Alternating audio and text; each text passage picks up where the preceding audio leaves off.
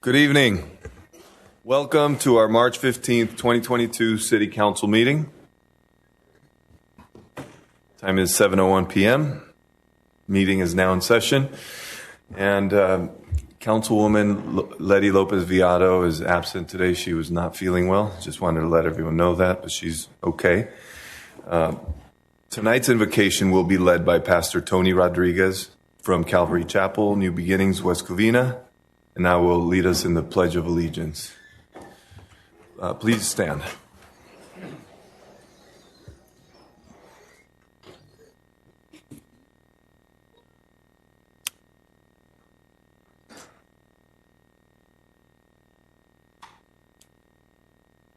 Let us pray. God our Father and the Lord Jesus Christ, we thank you for your love, your mercy, and your grace. We thank you for allowing us to live at such a time as this. And we thank you for the city council that you have appointed, this legislative body responsible for the policies and the direction for the great city of West Covina. We thank you for the wisdom and the knowledge that you impart upon your people, our intellect, our heart, our spirit, our strength, our talents, and our gifts have all been given to us by your sovereign will. We know that everything that exists because of you, and everything that has been created was created to bring you glory and honor. We thank you again for the men and the women who you have placed to serve and direct the city for such a time as this. Most notably, Mayor Dario Castellanos, Mayor Pro Tem Rosario Diaz, Councilwoman Letty Lopez-Viado, Councilmember Brian Tabatabai, Councilman Tony Wu. I humbly ask that you impart your knowledge, understanding, and wisdom upon all in order that this city council meeting can effectively respond to the issues at hand. As they look to award the construction agreement for the residential streets rehabilitation program, as they consider purchasing police SUVs and the needed equipment for these vehicles, as they consider the urgency ordinance to implement the requirements of California's short-lived climate pollutant reduction law, as they consider adjusting the boundaries of city council districts and adopting a new council district map for West Covina. I pray that the decisions made today would be fruitful and beneficial for all. Help us to be united for the common good of this city. Help us to see from your perspective and not our own. Help us to be the leaders that bring you glory and honor. In closing, I thank you, Heavenly Father and the Lord Jesus Christ, for giving us your ear to hear this humble request as you direct us all. And I pray this in Jesus' name. Amen. Please face the flag. Put your right hand over your heart. Ready? Begin. I pledge allegiance to the flag of the United States of America and to the republic for which it stands, one nation, under God, indivisible, with liberty and justice for all. Please be seated.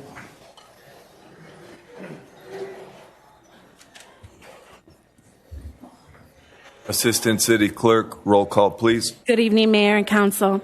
Councilmember Tabatabai. Present. Councilman Wu. Here. Mayor Pro Tem Diaz. Mayor Castellanos. Here. Noting that Councilwoman Lopez-Viado is absent. Thank you. Thank you. City Attorney, is there anything to be reported out of closed session? Nothing to report, Mr. Mayor. Thank you. Thank you. And this evening we have a couple of presentations. The first one will be our young ladies soccer team. So I'd like to invite the head coach, Mr. Gilbert Castruita, to the front, and also Mr. Sergio Reda, assistant coach, Yadira Anguiano, the team manager, and Antoinette Lee, goalie trainer. The West Covina Rain girls soccer team won the 7 Elite Academy International Tournament. So join me up at the front, please.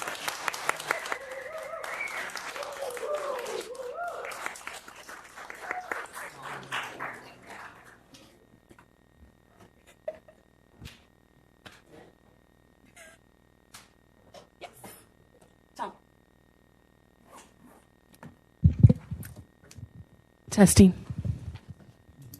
Thank you. So congratulations to everyone here for this tonight.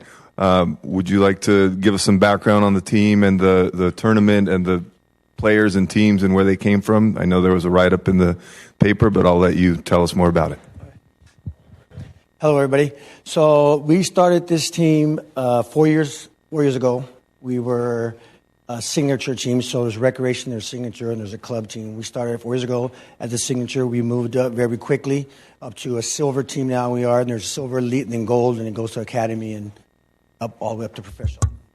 The girls have come together really quick in their playing, the way they work together, the way they communicate, their dedication to the sport, the respect they have for each other, for the sport, and myself. We're hard coaches. We're not easy by any means, but we know that they're going to put the work in when we do get on them. And when we let them play, we let them play. This is our third tournament that we won. We won here locally, one in Walnut for Thanksgiving.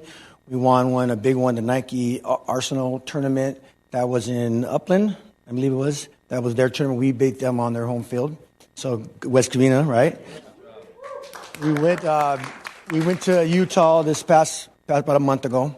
We went to Utah. This tournament. It's a big tournament. A lot of teams come from England all over the place. We went there. I was a little nervous, thinking that we're going to come back maybe not winning. It's a long drive home, But the girls played excellent. First game was fantastic. They got better and better as it went on. When we got to the final game, they were on their game. There was no stopping them. The parents were going crazy. People from Utah that were on the other side looking at us like, these California people are crazy. We were going nuts. They put the work in. They dedicate themselves, and they put the work in for it.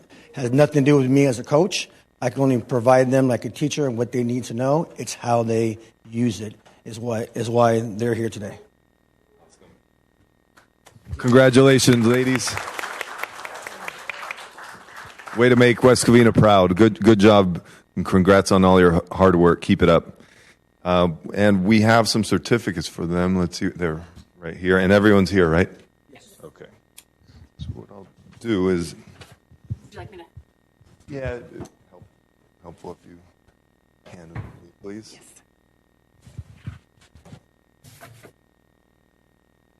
Jaslyn Camacho, come up, please.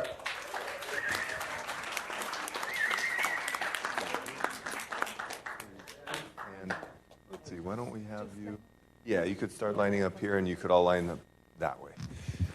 Madeline Arikiga.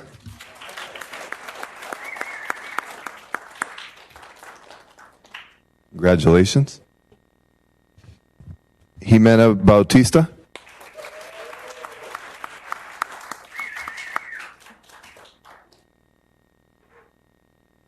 Congratulations. Delmi Lazo.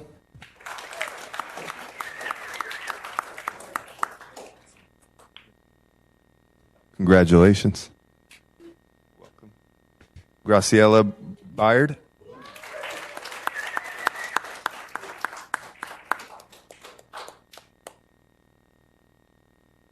Congratulations. You're welcome. Ziomara Curiel.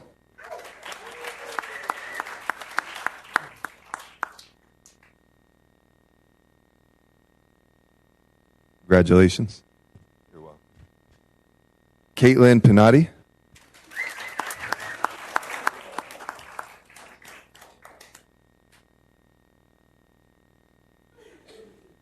Congratulations. You're welcome. Brianna Castorita.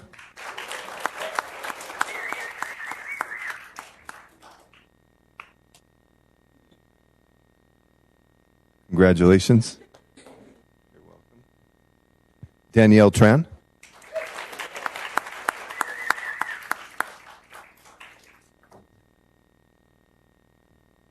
Congratulations.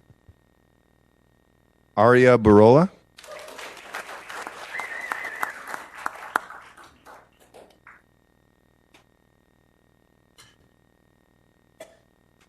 Congratulations.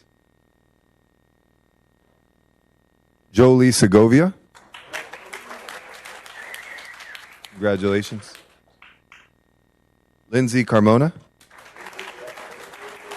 Congratulations.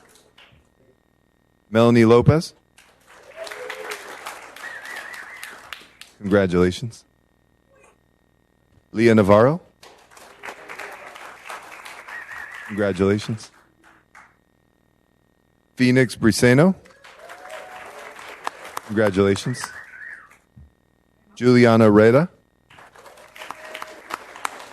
Congratulations. Jordan Lee. Congratulations. Now for our head coach, Gilbert Castorita, in the city of West Covina.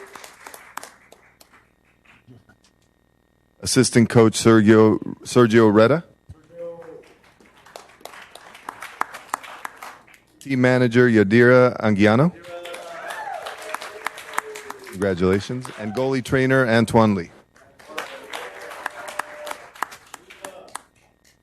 Again, I'd like to congratulate everyone here for winning, making us proud. Keep it up. And why don't we squeeze in for a photo, please?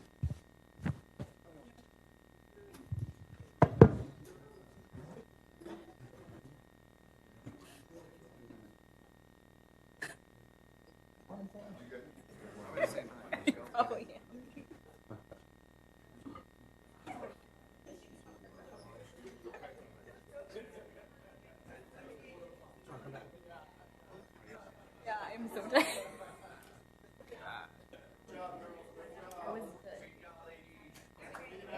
I was good. Most.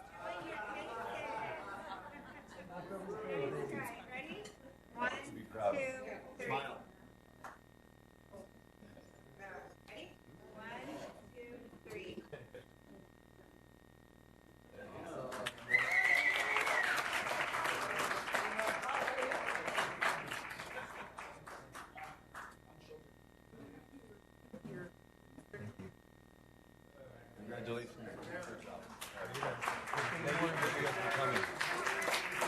Thank you. Thank Ruby Fournier, our president. It's ready. Also, we'd like to thank Ruby Fournier, our league president, because we started it all at West Covina Youth Soccer League. That's where all this began. Thank you. Thank you, and thank you for adding that. Thank you all for coming. You don't raise, you just smile and people go, okay. Okay. See? You don't. You don't say okay. I know you. I can see through it. Tony. He talks back. I'm trying to do the same thing.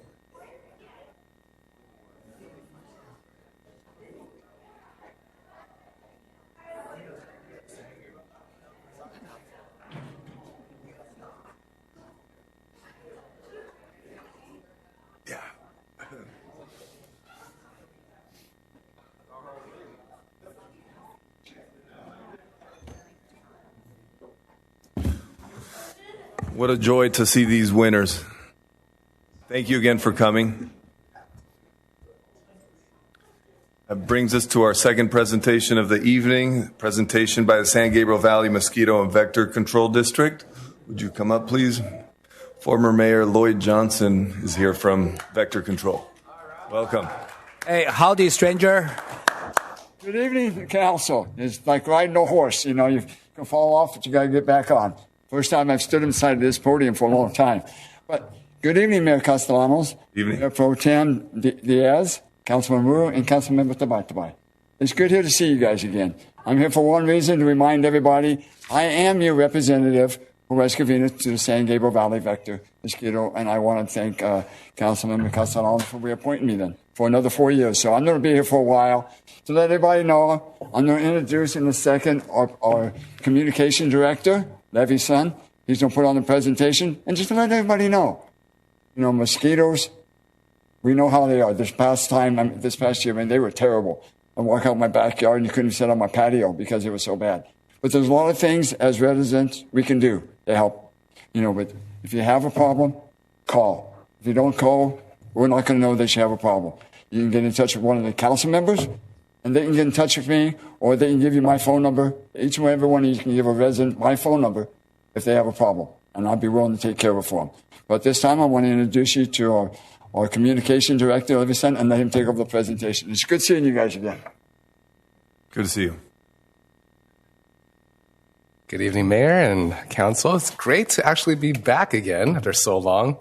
My name is Levy's son. I'm the Director of Communications at the San Gabriel Valley Mosquito and Vector Control District. And I believe the slide should... Okay, I'll keep talking. There he goes. Our primary task is to prevent mosquito-borne disease outbreaks here in your city, plus 25 other cities across San Gabriel Valley. And next slide, please. Now, around this time, you may notice mosquitoes coming up, especially as the weather consistently becomes warmer. If the nighttime temperatures are above 55 degrees consistently, and we're seeing 70-plus degree weather during the day, you're bound to have mosquitoes. I want to caveat here that if you notice any insect larger than the size of a quarter that looks like a mosquito bouncing around your porch, those are not mosquitoes. This is your annual reminder that those are crane flies, and they do not bite. They're actually a great food source for birds, so keep them around. They are freaky to bounce around in your face, but you can leave them alone. The mosquitoes are actually a 1/4 inch long, and that's what we're looking for. Next slide, please. Now, I'm about to bug out with you guys here because that's what I do. There are two major groups of mosquitoes here in your city. The first group is called Culex mosquitoes. And these Culex mosquitoes prefer to bite birds. In fact, you're actually used to these Culex mosquitoes if you grew up in Southern California. Now, unfortunately, those mosquitoes don't always get birds to bite because the way we've urbanized have changed in the past decades. So, of course, they bite people. And when they do, they can pass a bird disease called West Nile virus to people. And that's how we get West Nile virus. The good news is 1 in 5 people who do get infected have flu-like symptoms. So it's very similar to the cold, flu, and maybe even mild cases of COVID-19. It'll feel very similar to that. However, there is a chance that less than 1% will actually end up in the hospital with a neuroinvasive disorder, and that's what we're trying to avoid. Next slide, please. Now, the second group of mosquitoes are called Aedes mosquitoes. They are invasive. They actually don't belong here. They arrived in Southern California within the past 11 years, and they have wreaked havoc across multiple cities across California. They are also called ankle biters. Maybe you've heard of them. They're black and white, very small, and they're really sneaky. And unfortunately, the presence of them in your city and also throughout Southern California means that there's a potential for an outbreak of Zika, dengue fever, yellow fever, and chikungunya.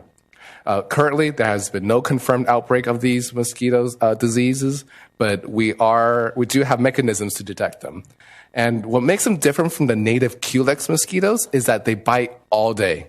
If you ever walked out your door to pick up mail or anything and come back with a couple bites, there's a good chance these are these Aedes mosquitoes. And they are considered snackers as well. They've evolved to be with people, so they know how we act. They know that we move around a lot, so what they'll do is they'll bite once, nibble here, come back around again a couple seconds later and bite you at a different spot. So you're sitting there getting 20 bites. It could really well just be 2 or 3 mosquitoes of Aedes. Next slide, please. And the culprit, as we all know now, is stagnant water of all types. So that's a bottle cap of water. It can sustain up to 100 mosquito larvae growing in there and emerging. Next slide, please. But of course, swimming pools. I hope no one's swimming pool ever looks like this because this can produce at least 3 million mosquitoes a month. And these mosquitoes that grow out of the pool are not the Aedes mosquitoes, they're the Culex. And Culex mosquitoes, because they like to search for birds, they fly farther out, which means they have a flight range of about 20 miles. So we do not ever want to see a green pool popping up anywhere in your city. And if so, we do have a mechanism for residents to report this. Next slide, please. We do other work in your city, including targeting the public sector. So gutters, even your parks, we monitor very closely. Just a heads up, we will be making contact with your community services division to make sure that we get a better bead on the irrigation practices and any construction that might impact mosquitoes, and work closely with your city to mitigate that. We have mosquito traps dotted around your city so that we can monitor for any diseases that might pop up. And of course, education is key. The big thing we can do is motivate behavior change to make our residents public health agents of change, so that way in future generations, they know what to do around their home when they become residents and property owners. Next slide, please. Something fairly new that your residents have really enjoyed is our consultation program. We know that a lot of residents are very busy and they just don't have the time usually to sit tight and read the information themselves and try and figure out what they can do around their home. We actually send someone out there to work one-on-one with property owners and create personalized mosquito protection plans that provide long-term sustainable bite-free properties through really emphasizing the need to not pick up that spray can.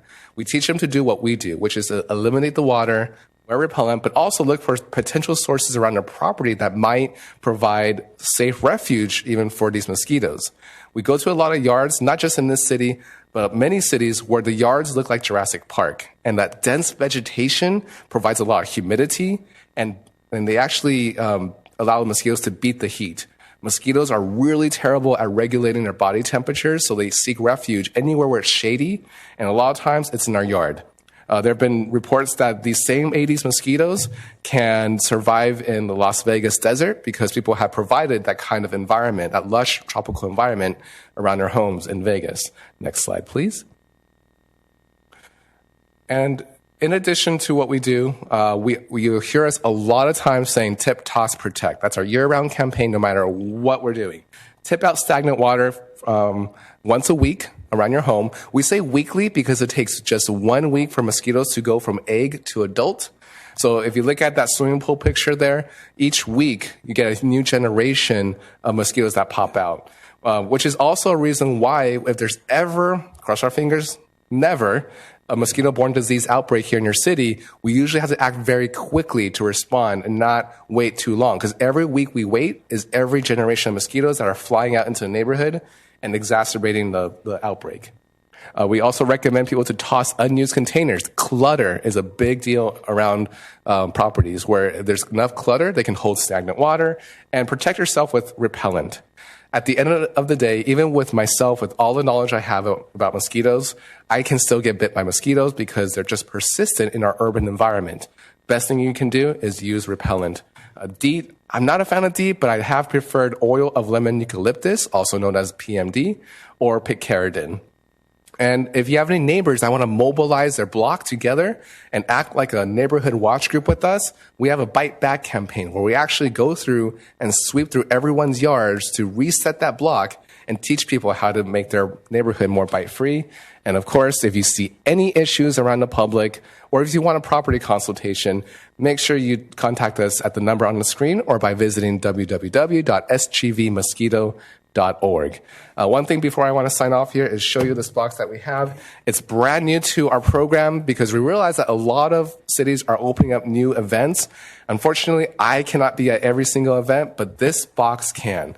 I can give it to someone, a city staff today, or we can deliver this at a different time.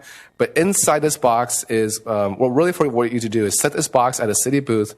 You open it up. Inside there are mosquito repellent wipes and brochures for your residents to pick up. The goal is to empower your residents to use that repellent when they're outdoors there, but also buy repellent for themselves when they can. And of course, if the city runs out, we can always replenish this box, and it's reusable. With that, that does conclude my presentation. So stay bite-free, everyone. Thank you. And it looks like we have a question from Councilman Wu.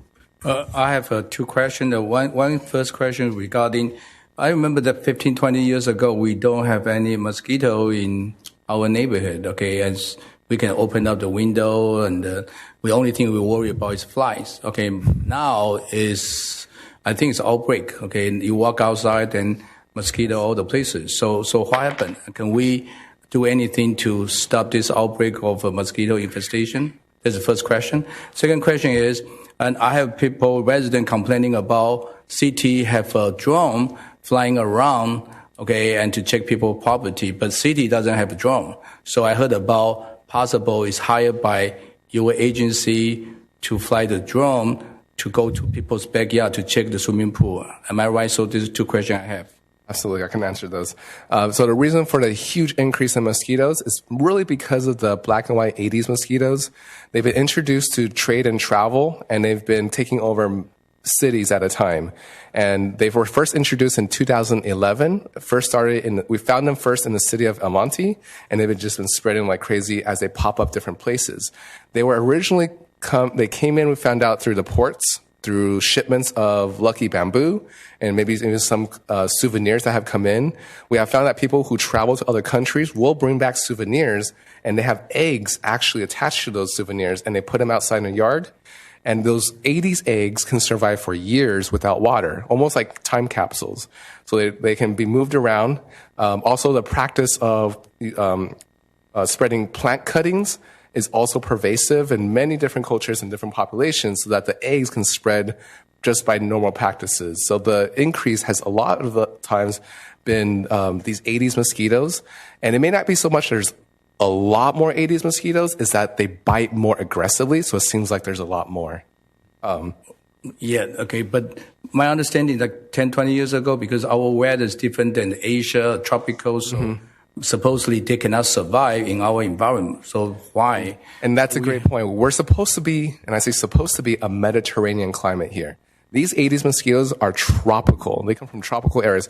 So we have seen a change in the monsoonal effects here in San Gabriel Valley. Also, we have seen a lot of effects where it's a lot more humid in certain times of the year. And we are changing to the point where we're seeing these invasive mosquitoes come in, which is why CDC and a lot of other health partners are really concerned for Southern California and the fact that we shouldn't see this. But because the way things have changed in the climate, these invasive mosquitoes that are tropical are finding a foothold here. To address your second question with the drone inspection, we actually do not fly drones. It's a lot more complicated to fly drones here because of a lot of air restrictions in the air. The most that we have done is hire a contractor to fly a plane across all of San Gabriel Valley to identify any bad swimming pool across the region and make contact with those residents to alleviate those swimming pools that have gone bad. So we have not done any drone usage, and I think it'll be a very long time before we can get even approval to do such a thing. So it's not drone. So basically, it's a low-flying airplane. That's what you're saying? It's a airplane that flies at I forgot what exact elevation, but it does fly over San Gabriel Valley, and it zigzags back and forth. But the resident told me it's drone, and then I checked. They say possible it's from you guys, so it's not from you. No, we would never want to fly a drone. It's way too complicated. Our biggest fear is a drone even just crashing in someone's yard. There was an issue, I forgot when it was, but there were some drone pilots that were considered in Orange County, but they dropped it because a day before, someone had flown a drone into one of the protected wetlands and disrupted a lot of endangered birds. So we are not touching drones anytime soon, and it's a privacy issue for us too. Thank you. Mm-hmm. Any more questions? No? Well, thank you so much for coming to give us this presentation today. Yeah, absolutely. And then, should I come back later to? Okay. Okay. Thank you so much. Thank you. We'll now move to oral communications. Oh. Mayor, if I may, I'd just like to take just a moment and introduce one of our new staff members now. I know he's here. Raul Alvarado, if he'd come down. Raul is our new Deputy Director of Public Works, and I wanted to be able to put a face with the name and allow the public to see him as well. He's stepped into this role full speed ahead. He's helping us with any number of much-needed maintenance activities. He's got crews running sidewalk crews and trees and weeds and all kinds of things. Welcome, and we're very glad you're here. Thank you. Thank you. Welcome. I'd like to say thank you for the opportunity to work for the city of West Covina. It's a great city, and we have a great staff. I've been in 6 different cities. This is probably the best staff I had. And I've been doing 39 years of public service. We do have a very good staff. I'd like to let you guys know about that. So, Thank you. And Councilman Wu has a question for you. I don't have a question. I just want to, thank you for helping us on the Shadow Oak, the bathroom connection. Okay, I think you did it, $19,000, and did it within less than 2 days. So hopefully it's still working properly. Still working properly? Yeah, it's great. Okay, so I think thank you so much for that. And I want to thank you for Spring Festival just happened Saturday and Sunday. I saw you work so hard and with the staff and make the place so clean. Okay, the bathroom, nobody complained about bathroom. Nobody complained about trash.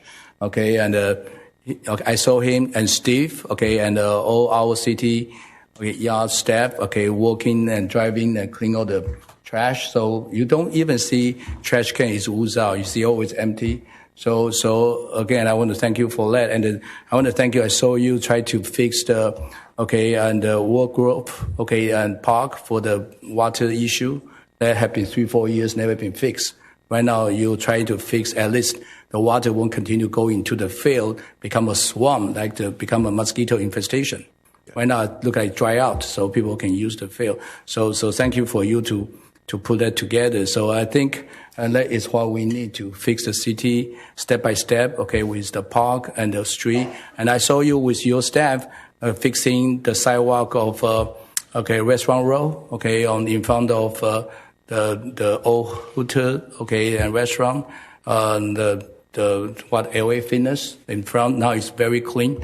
The sidewalk, totally painted the red of a curb, looked like new. So again, I saw you with your staff. So thank you so much. Right now we see people, and I saw our median with flowers and starting popping out. We haven't seen for 20 years, so something like this. So again, but I think now people can identify who will help us with the public work as an assistant public work director.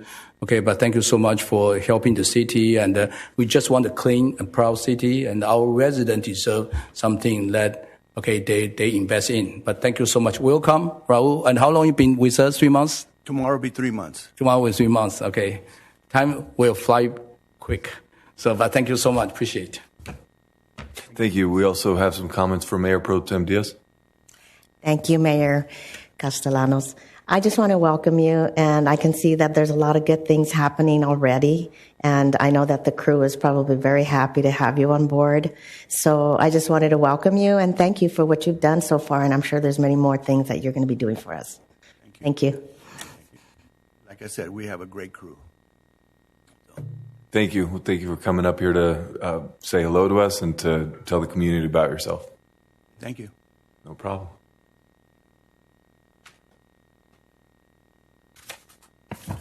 City Manager, do you have a report or wait till after oral communications? If I may, I'd wait for after communications. Okay, sounds good. So that takes us to oral communications. If anyone would like to address the council, please fill out a yellow speaker card and submit it to the Assistant City Clerk. And how many speakers do we have? I have 6 speaker cards, Mayor. 7 speaker cards, Mayor. Our first speaker is Jerry Patras, followed by Robert A.G., followed by Bill Elliott.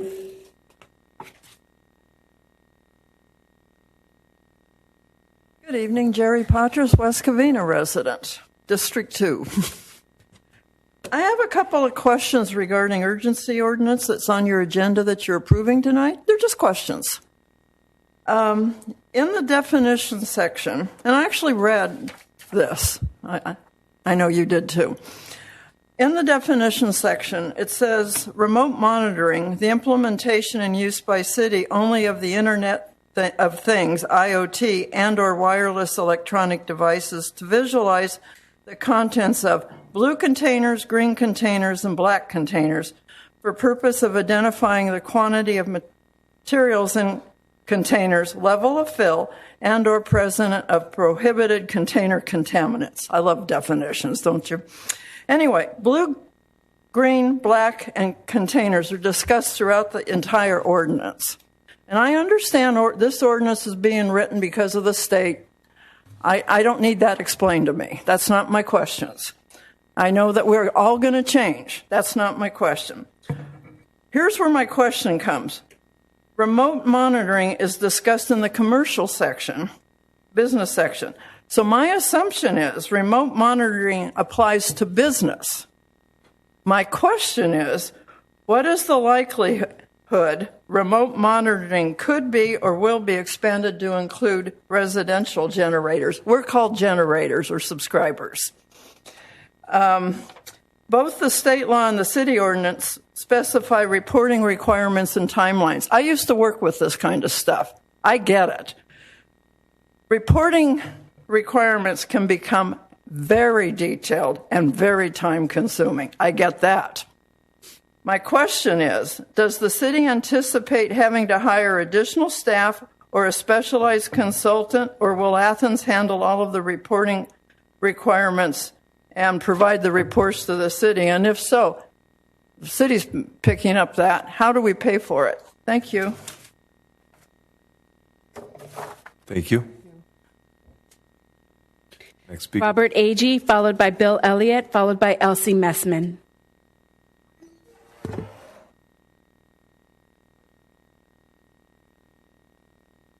evening. My name is Robert Agee, and I live at 2647 Elena Avenue in West Covina, California. I wish to discuss the condition and associated problems of a residential property at 2641 Elena Avenue, West Covina, California. Within a month after it changed hands, the new owner removed the fence between the pool with water in it and city-owned property.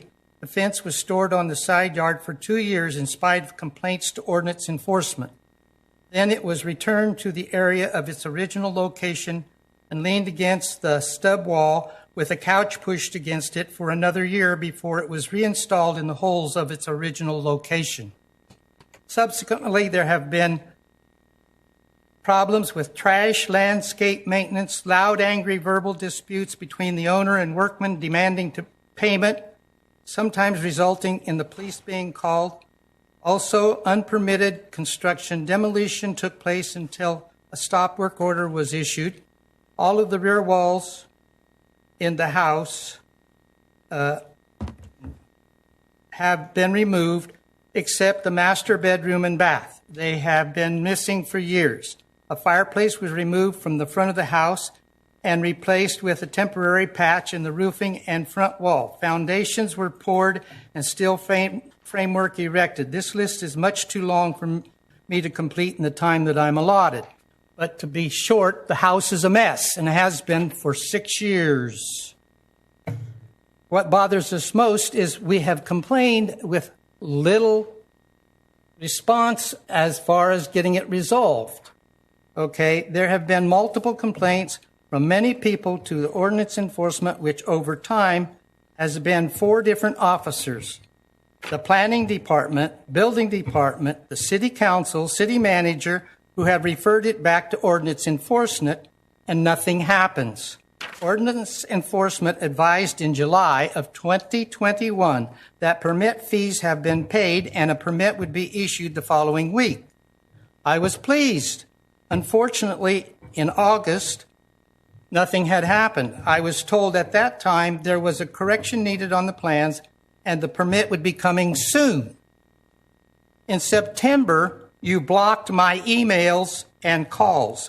So I am here to find out why the city can't or won't bring this property into compliance in a 6-year period of time. Thank you. Thank you. Next speaker. Bill Elliott, followed by Elsie Messman, followed by Steve Bennett.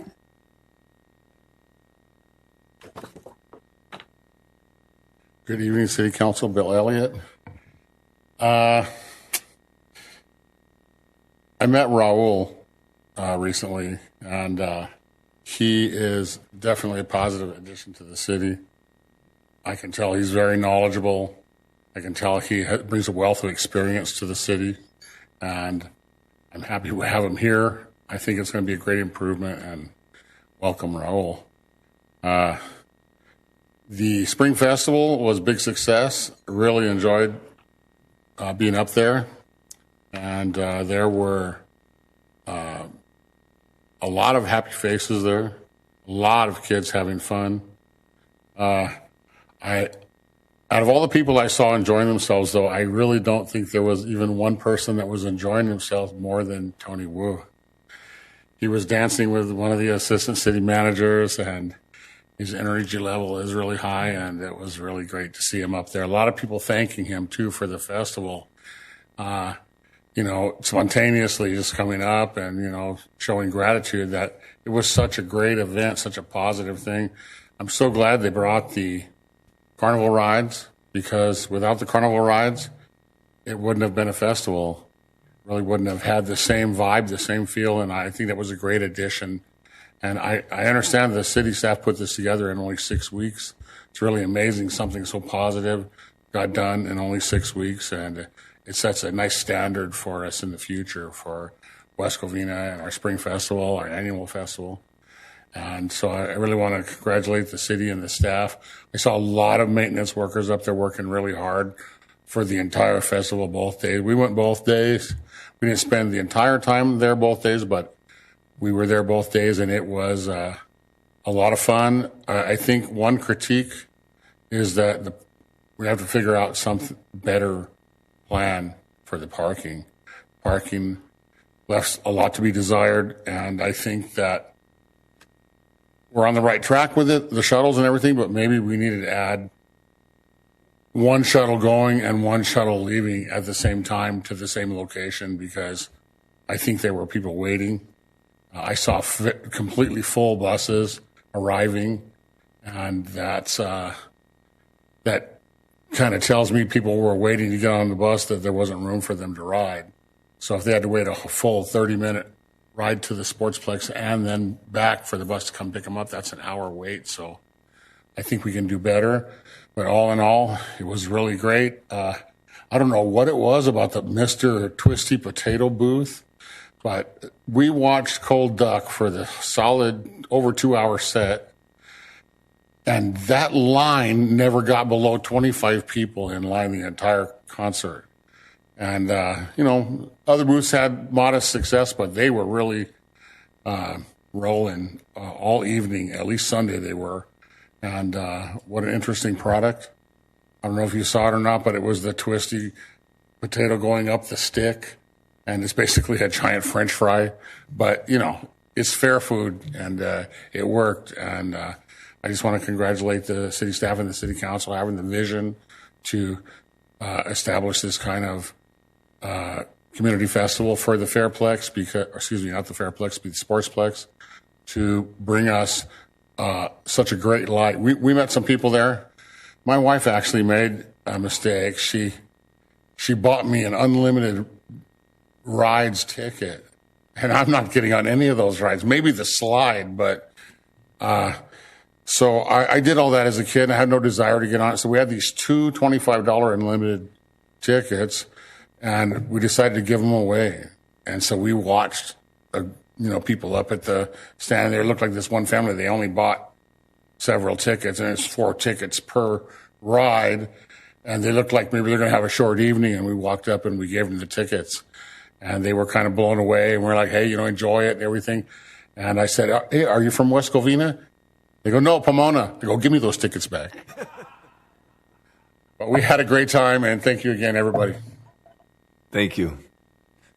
Next speaker, please. Elsie Messman, followed by Steve Bennett, followed by John Shoemaker.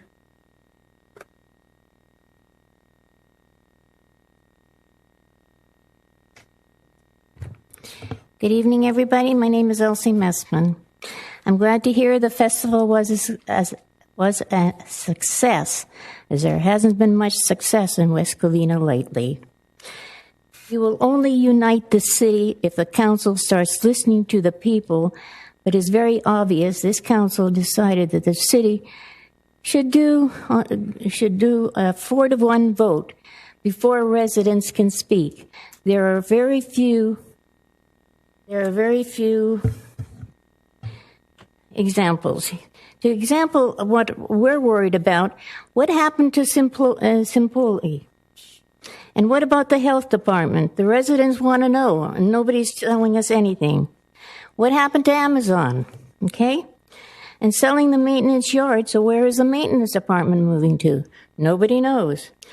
Glendora Avenue street sign was changed when the council turned it down, Mr. Wu's idea.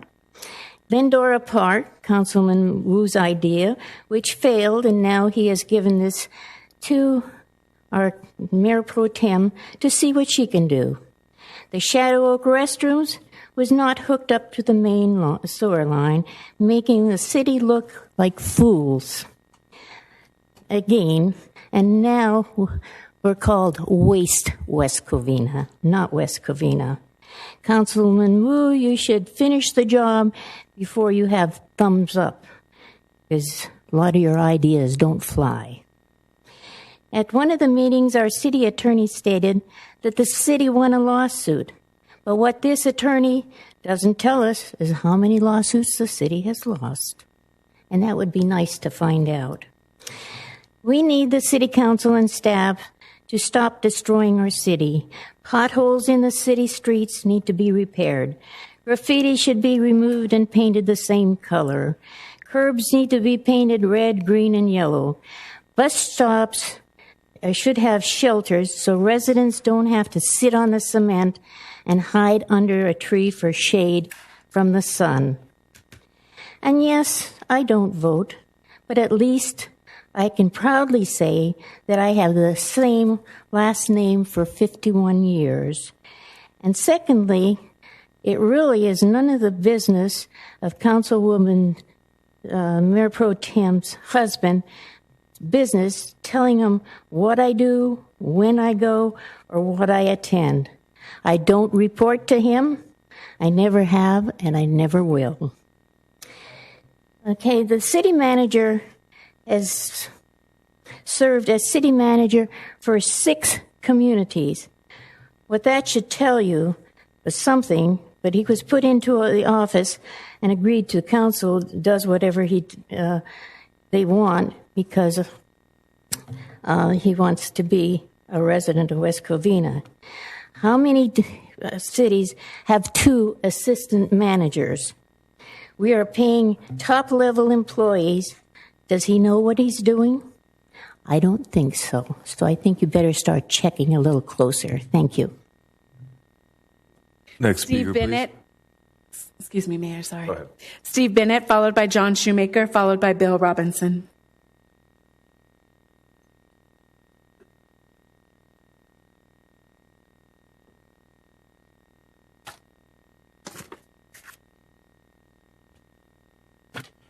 Good evening, Council. Steve Bennett, lifetime resident, and probably one of the most resident-involved districts person in the city. I know there's a couple, but I'm one of them for sure. So at the last meeting, you guys agreed to push forward draft map 105. And in that map, you made basically 2 big changes to districts 3 and 4. Since we have this later on the agenda, we have to wait for We don't, because at the last meeting, 2 or 3 people spoke about this. And we're making a correction And then the at this city point. clerk actually reiterated that for the record. And actually, I can speak, according to the comments in the agenda, the public can speak at this time regarding any topic. And Not if it's a public hearing. it is, because it is. City attorney, what's correct? We've done this before. This is set for a hearing at 8:30. So come back and speak during that time, so your comments can get on the record. So he has to wait till 8:30? There it is. Sergeant at Arms?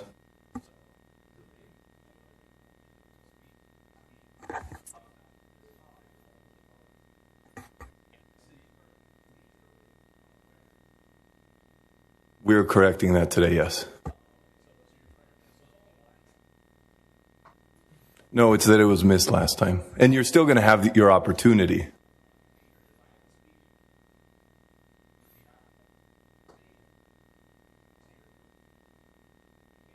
I'm following our legal advice. Yes, you come back at 8:30 to speak on districts.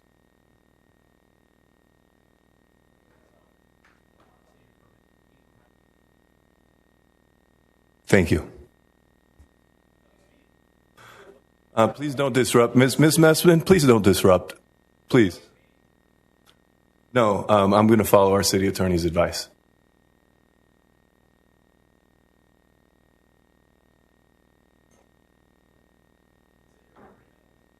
Oh, please do.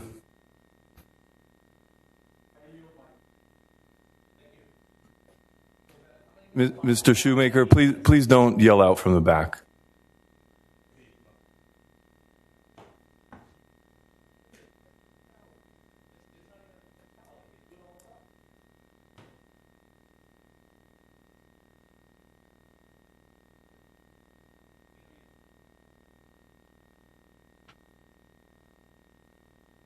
You could speak on anything other than that topic. When it's the public hearing, you could speak on that topic.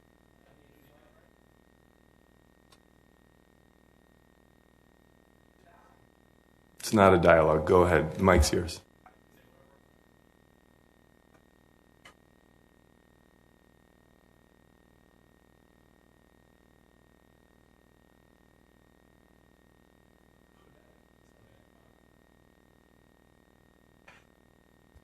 So the First Amendment allows people to speak, but for the last 2 minutes, you've had my mic off for my 5 minutes.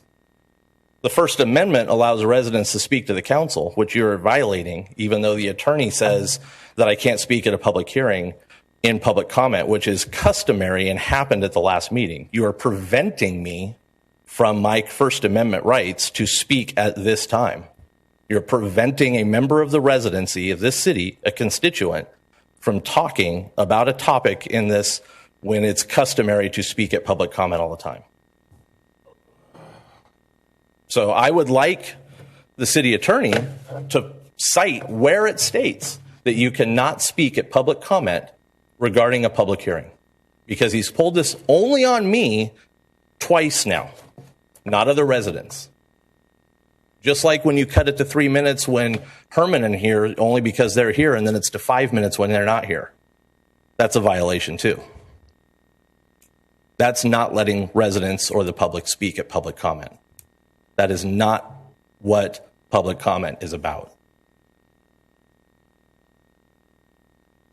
You guys are very one-sided in how you approach things. Just because you don't like hearing that your districts are going to disenfranchise hundreds of voters in District 4. Maybe there are people that won't vote for you, Dari. Maybe that's why. I don't know. Food for thought. I know it's not a dialogue. I'm just talking because I've got time. Plus time to make up, too, because of all the other dialogue. Interesting. I'll be back. Don't worry. Next speaker.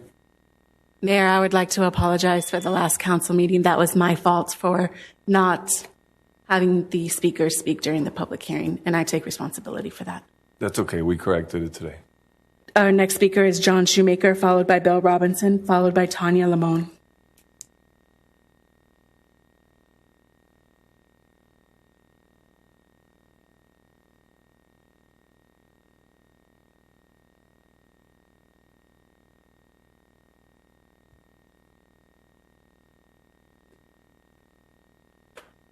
Just a couple quick items, then I'll yield the rest of my time to Steve Bennett. One of the items on the agenda tonight is the annual financial report. And I already know how the city is going to say our reserves increased $6 million. Things are wonderful and things like that. But just a couple numbers need to be pointed out. We had revenues of $108 million, which was up 8% from last year. So I'm not sure how that is considered slow growth revenues. But we did spend $116 million for an $8 million deficit. When you tack that onto the deficit from last year, we've overspent $26 million. For the longest time, I was trying to figure out where did the $26 million come from and have reserves going up? And then on the CAFR was the statement that we borrowed $204 million for pension fund obligation bonds and only put in $172 million. Went, wow, $32 million we kept. Well, we overspent by $26 million. Yep, that's where the money came from. What's sad about that is the $32 million that did not go to the state of California when they had approximately a 20% increase return on the investment cost us close to $6.4 million.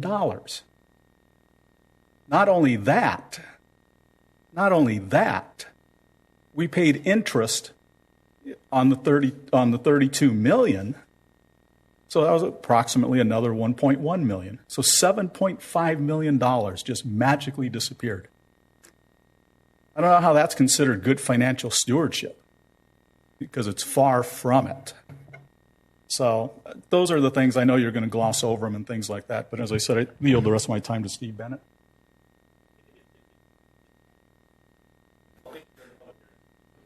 Next speaker, please. Our next speaker is Bill Robinson, followed by Tanya Lamone.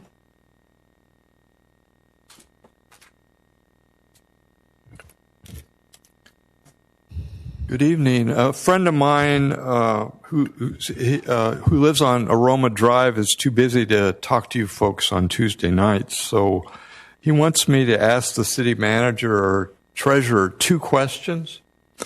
The questions are: how much does the Azusa Avenue beautification project cost?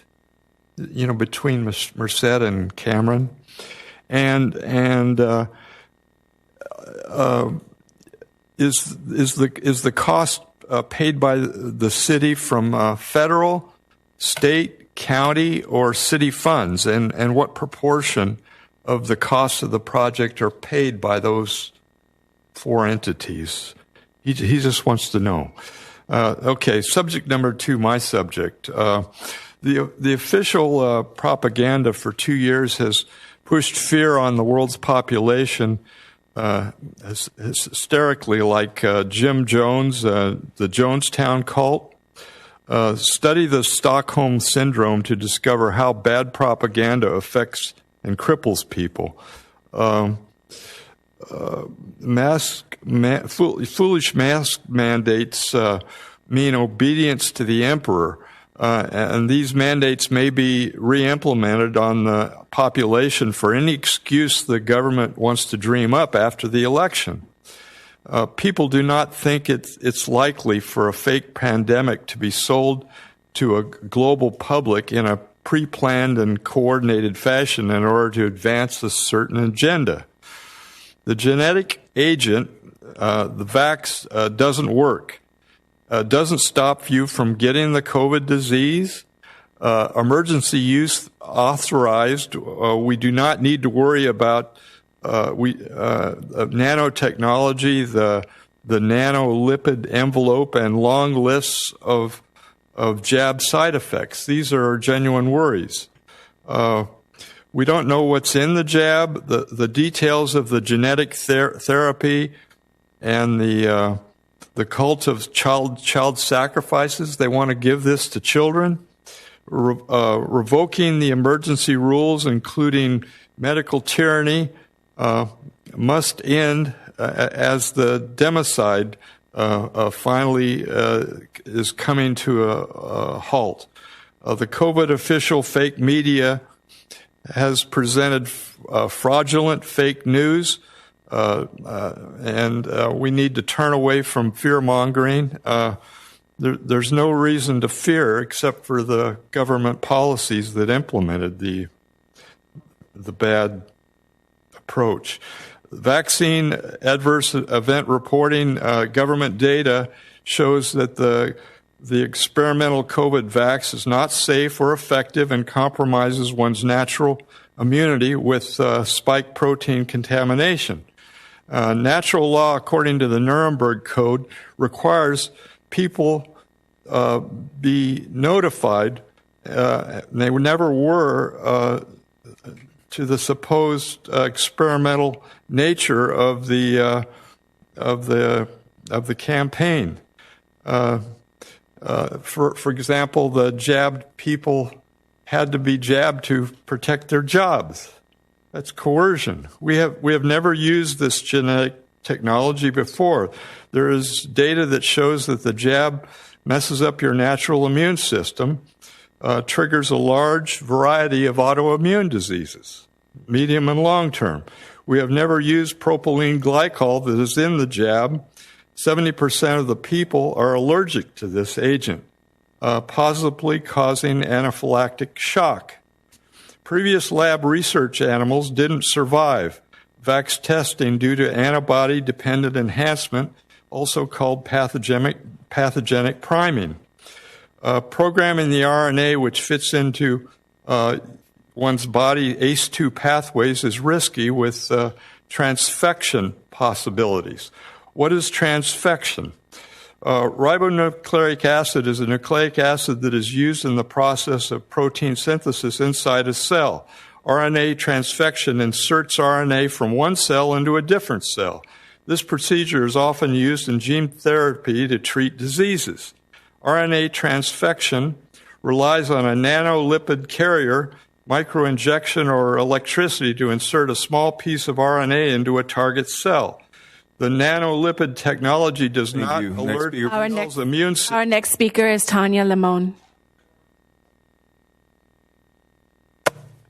Didn't get to finish my...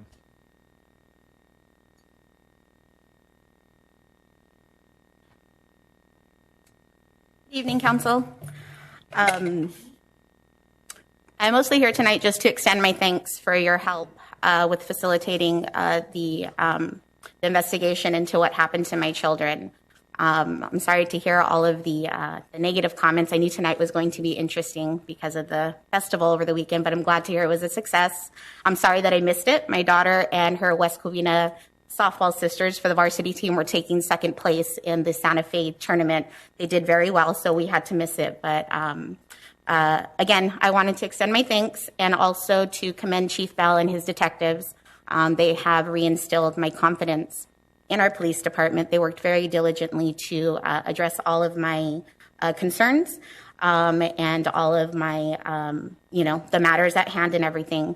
And I also am hoping that with the school board president and the superintendent being here last week, that you guys will work hand in hand with our school board to ensure that these type of things do not happen again to any child. It was a very serious matter. My kids are still dealing with the trauma after, myself as well. Still any little sound at night, I'm afraid it's somebody there at my house. But I did want to extend my thanks again to the council and to the police department for everything that they did for me and my children. So thank you very much. Thank you. Next speaker, please. I have no further speaker cards, Mayor. That's the end of oral communications. City Manager, would you please respond to public comments?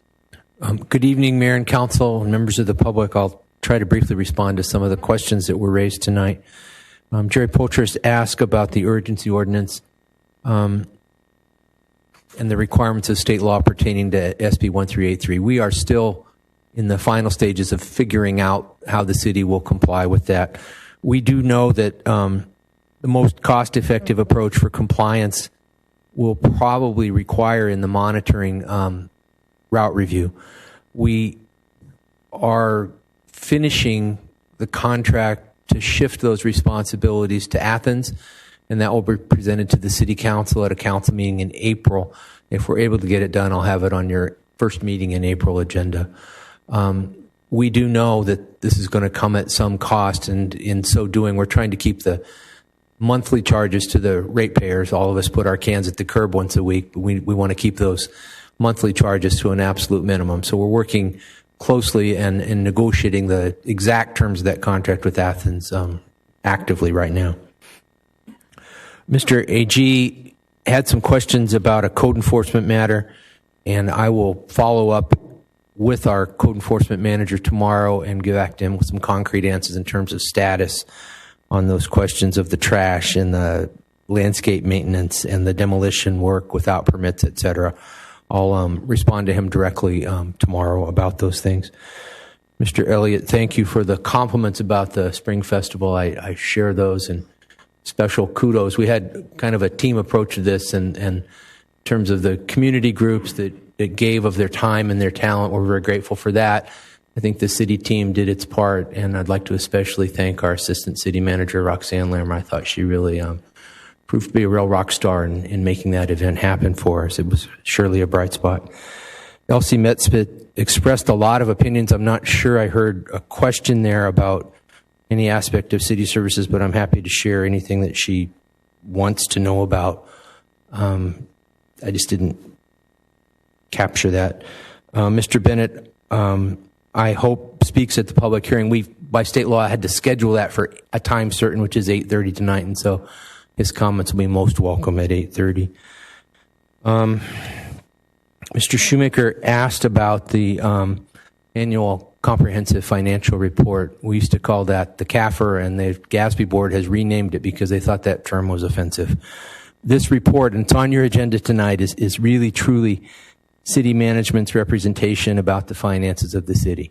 And I think it's an audited financial report. We got a unqualified audit opinion. Again, we had a new auditor this year. We went through an RFP process and selected this firm, which enjoys a very solid reputation, especially for forensic auditing. So whenever you get a new auditor, you're always wondering what kinds of things we'll be looking at differently. But the city did get a unmodified opinion.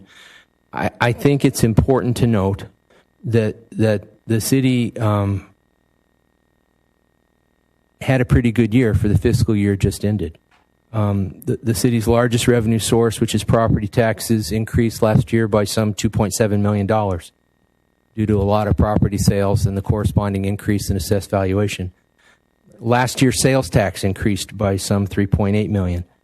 Taxes in general, all taxes, exceeded what was projected in the budget by some $8.6 million, primarily from those property and sales taxes received that I just mentioned. One significant number that I'd really like to highlight for the council and for the public is that the unassigned general fund balance reserves increased to some $21.2 million, or 16% of the budget. This is in comparison to the just prior fiscal year where the unassigned balance was $11.4 million. I think it paints a quite accurate picture and a picture which is very positive. Questions have come up about the city's pension obligation bonds, the revenue bonds. We issued some $204 million in revenue bonds. Based upon the CalPERS actuarial study at the time those bonds were issued, the city had considerable unfunded liabilities at CalPERS. We were carrying that debt at some 7%.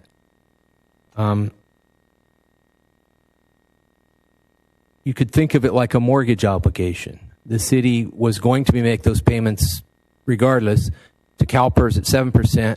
We took these bonds to the private marketplace and achieved a interest rate of 3.72% and achieved a net present value savings of about $52 million. We thought that was a major accomplishment. Immediately at close, the proceeds of the bond were sent to CalPERS. Some $185 million at close was sent directly to CalPERS as a payment toward those unfunded liabilities. $1 million was designated in that issue for capital improvements, and the $16.4 million of the remaining bond issue was set aside in a debt service reserve fund, which will be the city's last debt service payment on those bonds. We get the last year by using that money that was set aside for that express purpose. For that transaction, Standard & Poor's assigned the city an A+ bond rating, which was really significant. They noted, and I quote here, "strong management with good financial policies and practices. I assure you that current city management is working very hard to make sound and responsible decisions to place the city on a sustainable footing." Those bonds were a part of that strategy. And when you consider that report, it's on your consent calendar tonight as a ministerial receive and file. I wanted you to public acknowledge it. Should you have questions, our finance director is here and available to answer any of those. I think that's all I've got this evening. Thank you very much. And I just want to reiterate and re-clarify, the bathroom at Shadow Oak Park, the new one, has that been hooked up? It has, sir. The connection was made. One of the first projects we turned our new Deputy Director of Public Works on was to coordinate the final repair there. He solicited bids and got that repair effected within just a couple of days. I've got one more.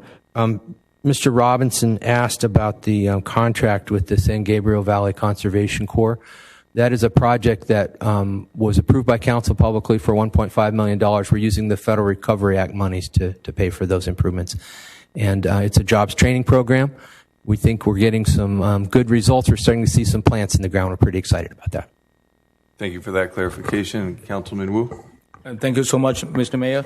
Okay, regarding the Mr. and Mrs. LG, regarding the property in question on the arena, in 2016, this already happened. Okay, and so look, 2016 like this, and now it's 2022, still like this. Okay, and I know the residents have been complaining numerous times. They sent me the email. I sent the email to you. I talked to Mylan. Okay, and Mylan say they work with them. They are going to get a permit, this and that. But I don't think they are cooperate with the city. So I don't know what kind of teeth we have if the uncooperated homeowner, continue to, have the property obsolete like this. Okay, and I saw the property. I was there numerous times. Okay, and the property is always like this. So I talked to our co-enforcement manager, and he say they work with the owner and they try to get a permit. And it look like the permit is last year, and now already March. Okay, it's 15, and still like this a mess like 2016. I think I know we want to be patient with some of the and the issue with the homeowner, but if the homeowners late like this and they create a nuisance for their neighbor, I think city need to put something to be firm to telling them if they don't do this, we might have to take action against the homeowner. I think this is too long, 6 years, and I went there more than one times. And so I don't know why. And another thing, who blocked their phone and email? So would you please find out? I don't think city will block. Would you please contact the homeowner, the person? Just complain. And see what happened, because supposedly we have to receive no matter what kind of complaint regarding some issue, and we need to work with the neighbor homeowner, see how can we resolve issue. Entire street is really upset with this house, and I don't know why this still continue going on. And that they said they applied the permit, and now why the permit is not happening, then city should maybe city attorney maybe have to take some of the teeth and it's 6 years, way too long. Normally 6 months already long. So can you find out what's going on? And why taking so long? Talk is cheap. We need to take some action. Thank you. Thank you. Any more comments or questions of our city manager? Okay, seeing none. City manager's report, please. Good evening again. I've got just a brief city manager's report tonight. Just wanted to highlight visually some of the progress that we're making on Fire Station 1. As the council will recall, Fire Station 1, we had an exhaustive report about its physical condition, and we need to move quickly and are moving quickly to get our firefighters into quarters which are safe for them to be in. We're taking the old shop building. This is a picture of new roll-up doors that have been installed this week, so we can put the pumper engine rescue ambulance and run out of that shop building. We've set a crew quarters behind the building and hope to have that complete for occupancy soon. Wanted to mention that we are updating our development code. The city got a $500,000 grant. It's a major effort to rewrite the city's zoning ordinances. We are hosting a series of outreach meetings. We're trying to take this information and do so at the neighborhood level to encourage neighborhood level citizen participation. We had a first meeting last night in District 4. We got some attendance. I would guess there were a dozen or so people there. We're going to be providing the exact same information at all of these meetings. The schedule is District 5 on March 16th, District 1 on March 23rd, District 2 on March 28th, and District 3 on March the 30th. People are welcome to come to the one in the neighborhood or come to any or all of the other ones as well. We hope that they take the time to come and participate in that development code process. It's budget season. We've put up a budget survey, or asking people to complete that survey and express through that mechanism how they would like for the city to prioritize its funds for the upcoming fiscal year. This next slide, you got to meet Raul tonight, the new Deputy Director of Public Services. We've also onboarded William Trujillo, who's our new IT manager. We lost Sean Granger to another nearby San Gabriel Valley jurisdiction, and we are very excited to welcome Mr. Trujillo in that role. Next slide, I wanted to mention a number of playgrounds that are under construction. We've currently got 4 playgrounds that are closed. Friendship is under construction and should be completed within the month. Palmview, Aroma, and Walmarado are now getting the new rubberized surfacing will also be completed by the end of April. The only playground still open of those is Aroma, which will be closed next week. Cortez is under construction, so lots of good things happening in the parks. This slide, just a number of pictures showing the good times being had by all who were able to attend the festival. I thought it was a really bright spot, and appreciate the involvement of all the community groups and the labor of the city team and staff that allowed that to prosper to everyone's enjoyment. And lastly, I wanted to wish the community a happy St. Patrick's Day this week. Our senior center is hosting a celebration from 11 to 2 that day. That's all I've got. Thank you very much. Thank you, City Manager. Councilman Wu, you have a question? Regarding the park, okay, I think we talk about improving all the bathroom. Do you have any schedule for those bathrooms that the resident been request for a while? So can you show us what the schedule for the other bathroom remodeling? Through the chair, we are out to bid with the first of those bathrooms, and a number will follow in their sequence.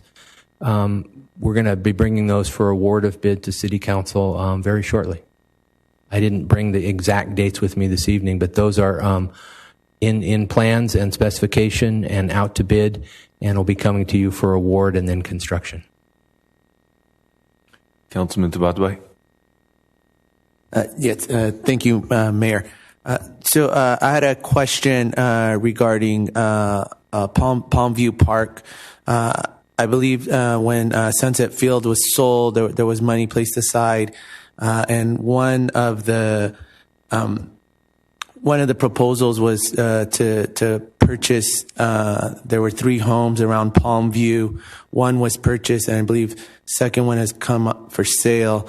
So if you could give me any update on that information. I can. The city has a number of sources to fund parks, park development funds. In fact, some of that information is in your financial report this evening. I can provide you the exact dollar amounts. I can't give them to you off the top of my head tonight, but that could be a possibility. The acquisition of that house, which is for sale, that would come to council as a real property matter. Thank you. Any further questions? Okay, I want to share with, okay, and I think this is what, when I ask about bathroom, so I want to kind of go with what you text me when I ask about bathroom. They say the bid for the Cameron bathroom and the CTO bathroom improvement will be open on March 10th and be taken to the April 15th City Council meeting for award bid. Okay, the Walmarado bathroom design will be finalized this week, and the bid package will be advertised next week.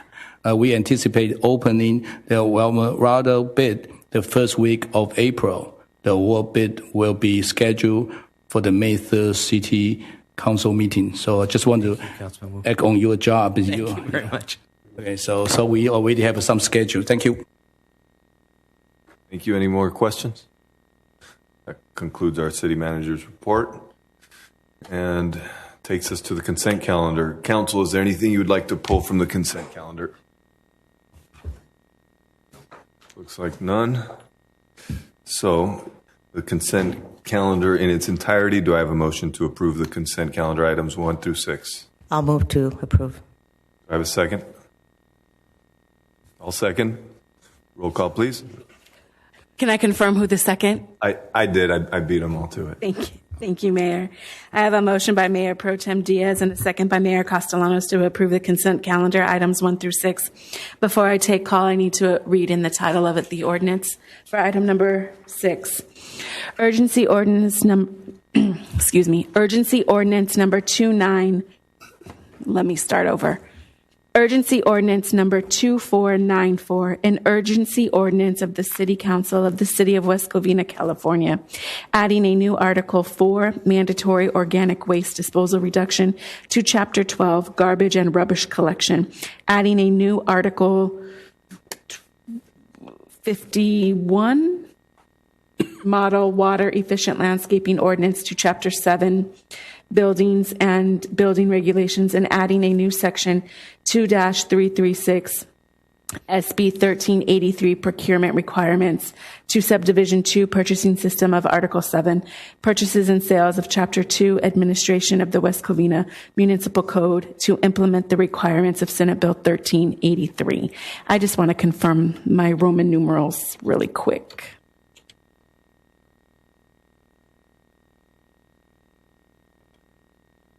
My apologies. That's Article 21, Model Water Efficiency Landscaping Ordinance. Councilmember Tabatsbai? Aye. Councilman Wu? Aye. Mayor Pro Tem Diaz? Aye. Mayor Castellanos? Aye. Items passed. Thank you. Takes us to, well, our public hearing is scheduled for a time certain at 8:30, so should we get our...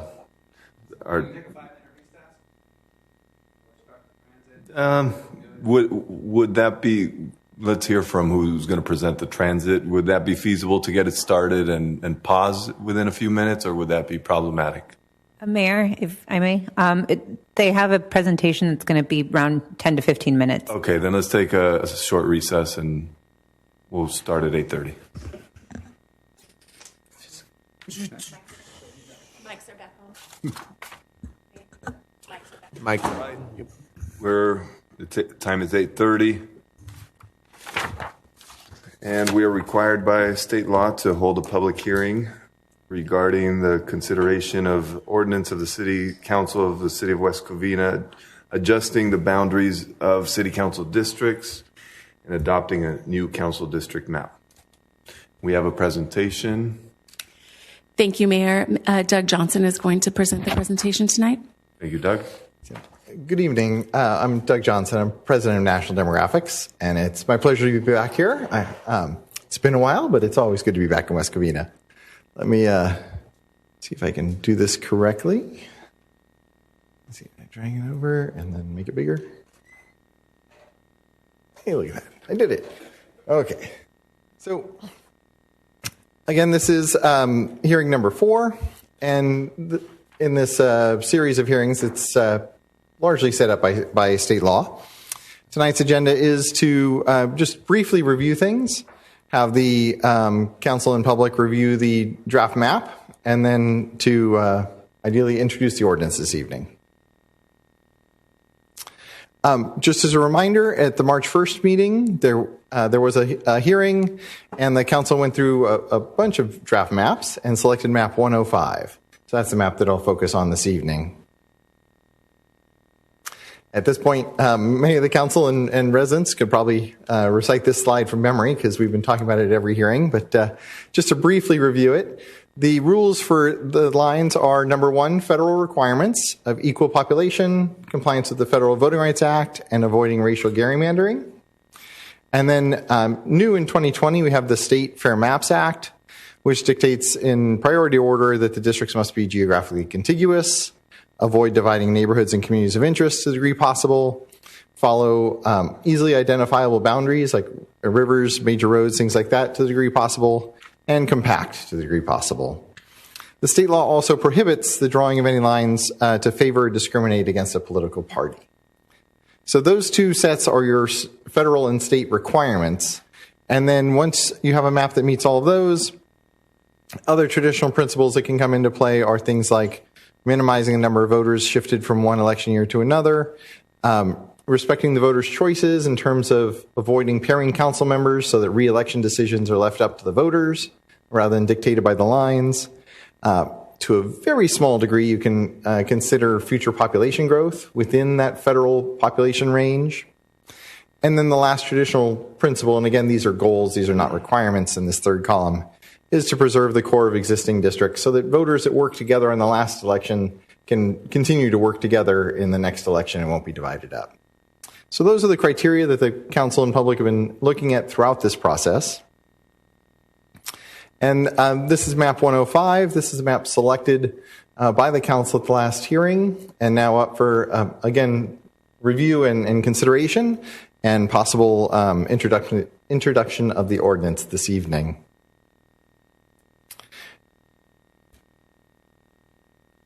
Assuming the ordinance is introduced tonight, the last step in the process would be the adoption of the ordinance on April 5th. And as noted on the slide, the deadline to conclude this process is April 17th. So we are facing that state deadline just around the corner now. So the goal of the hearing and council discussion is to, obviously, I'm here to answer any questions you may have about the process or the map, and then to take public testimony, and then to consider the ordinance. And that's my presentation. Thank you very much. Thank you for that. Do we have any speakers? Mayor, I have 3 speaker cards. Our first speaker is Frederick Sykes, followed by Steve Bennett, followed by John Shoemaker.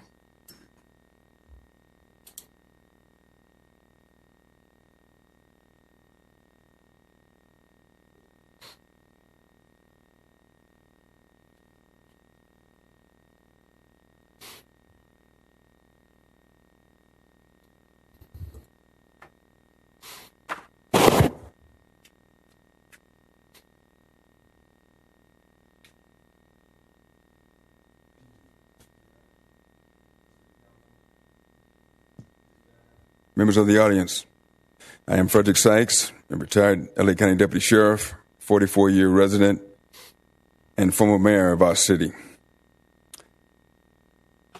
The city manager has some maps to pass around to you. Hopefully you can just share them, and you don't really need to share them. You can just go to your westcovina.org. You can see the first one. That's the fire service. That map was designed to serve the people. Same thing with Athens, designed to serve the people. When you look at this map that was just up there, that's not designed to serve the people. That's about power. So I'm here to speak on a different perspective of districts. And some of you remember back in 2006 when my face and some neighbors like Elsie Messman, we began to show up here. And we did it because the city council was using a method of operation to fund their campaigns by selling our parks and open green spaces. And we still have some of that kind of stuff happening today. Once we got involved, we learned that the majority and sometimes all the council members lived in South Hills. And where the parks were being sold, like in the Shadow Oak area, not one council member was from that area. You see, voting district was an attempt to guarantee that citywide, we wanted to be fair. So we were thinking citywide, every resident would have a more fair and equal representation in City Hall instead of just the power being concentrated in South Hills. After years of struggling, the people controlling the city government, which is South Hills, established voting districts. However, now our problem is that the council members have always controlled which maps are selected. South of the former municipal dump is a very diverse and densely developed residential community where 25% of the population lives in West Covina. They're called Woodside Village, Shadow Oak, South San Jose Hills. That's all our community. And it is south of that former poisonous dump. And today, again, no one from that part of town is on the city council. Most of my neighbors are renting where they live, and they are apathetic regarding voting and what happens at City Hall, except when something bad happens. Then they may want to show up and contact and plug in with their government. And something's bad happened today. They just don't realize it. They still don't have a voice. We have a lot of apartments down there, condos, duplexes, zero side yard houses. That place is packed. We even have a mobile home park in our community. We are mostly working class people. And that's what makes it difficult, because we're focused on trying to make ends meet, not spend time at City Hall and looking for power. The voting district maps that you selected are all gerrymandered, and they create the ability for 2 residents in South Hills to be on the city council. They sit here today on the council.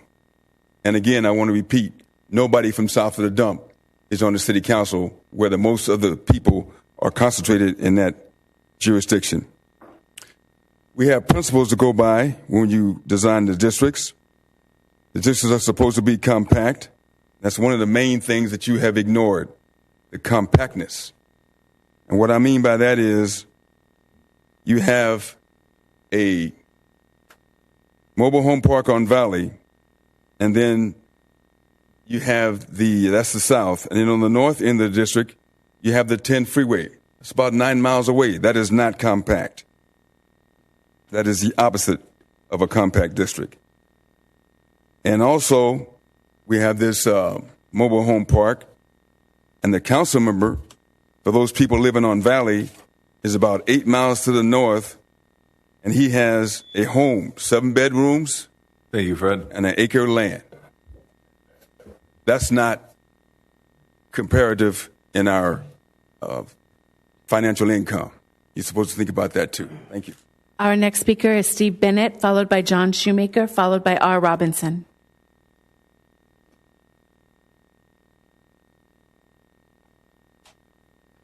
You guys miss me? No, you did. Tell by the smiles. So let me start again, since the city attorney so rudely interrupted me with something that's not legal earlier. You guys passed forward to consider tonight draft map 105. I'm not going to get into what former Councilman Sykes said about compactness, because at this point we're dealing with a current map, and you have a chance to make changes. The current map that we have, while it has an area down in the section south that has a corner, basically an intersection, so it violates the Fair Map Act, we do not need to make a major change like cutting off the bottom of District 3 to make that change. At the last meeting, the consultant from NDC stated that, yes, we can split precincts or census blocks, but it's going to create something called unofficial data. Let me explain what the unofficial data is. Each precinct gives you a voting age population, and they use those numbers to make sure that the districts are equal in size within a percentage that's acceptable. That percentage is 10%. Every year, every 10 years when we do census, those percentages will change. You'll see slight changes in every one because people move around, ages, whatever it is.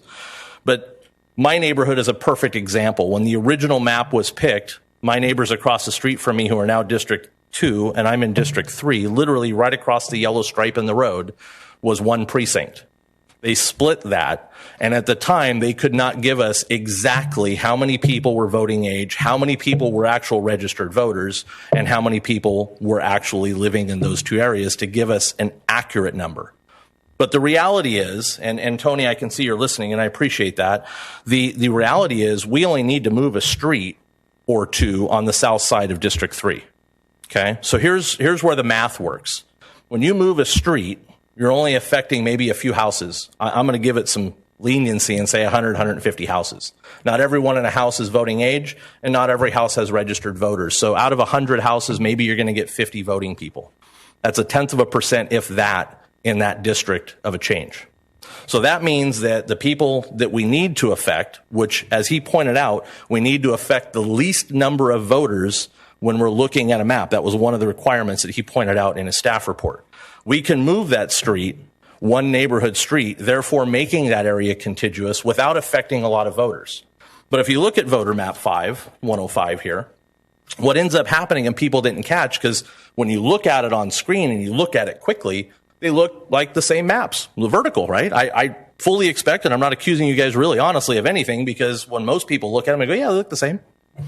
But when you actually compare them and you set them next to each other and you realize where the streets are moving, you realize now that in a northern section of District 4, from about Azusa Avenue, and I'm assuming, based on the maps because they're hard to tell, I'm assuming it's about Hollenbeck, could be Citrus, but I think it's Hollenbeck, and from roughly a little bit behind the auto dealerships, say the Wash ballpark, you can see it kind of a little swiggly, down to, and I'm going to say somewhere between Cameron and Merced, because the maps, again, are hard to see, there's an entire swath which has hundreds of people in that area moving from District 4 to District 3. So why is this important? Okay, we talked about affecting the least number of voters. In that section that is moving from District 4 to District 3, the last time they voted was in Dario's election, 2018. When they move from 4 to 3, they are not going to have a say for another council member until 2024, when the mayor pro tem is up for re-election. So they're going to go 6 years without an ability to pick a council member. Therefore, you're disenfranchising hundreds of voters. Now, I don't know the exact number because there's no numbers on here. None of the population or census data is listed on any of these maps, nor do we have the precinct information to know each one. But what we do know is by moving a street on the bottom of 3, 1 or 2, we're only affecting a handful of people, 0.1%, not enough to trigger the 10%. But by moving the part of 4 to 3, you've now taken the ballot out of hundreds of West Covina voters, your constituents, who may or may not vote for you, Dario. Could go either way. I don't know who they are. You don't know who they are. And I respect that part. I'll give you that. But the honest answer is they're not going to get a voice this election. And they voted. Everybody in the city voted in the first 2 elections. And I'm running out of time. I'm going to ask for a couple seconds longer if you don't mind. But everybody got a chance to vote in districts, whether you like the districts or not. I don't like districts at all. I'm stuck with this map or a map for now, okay, until something else changes. But the reality is we need to make the most minimal of change, which we can do legally. It just comes down to the fact it's slightly unofficial because the number of voting age individuals, the number of voters in that 40, 50, 60 houses, we don't know.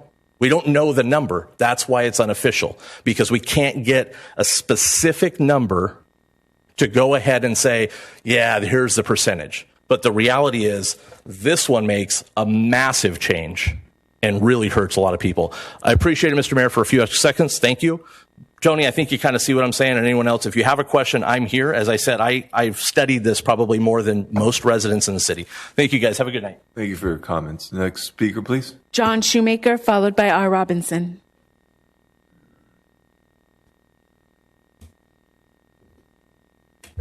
When this all started a few years ago, the map that I wrote was the one that was accepted.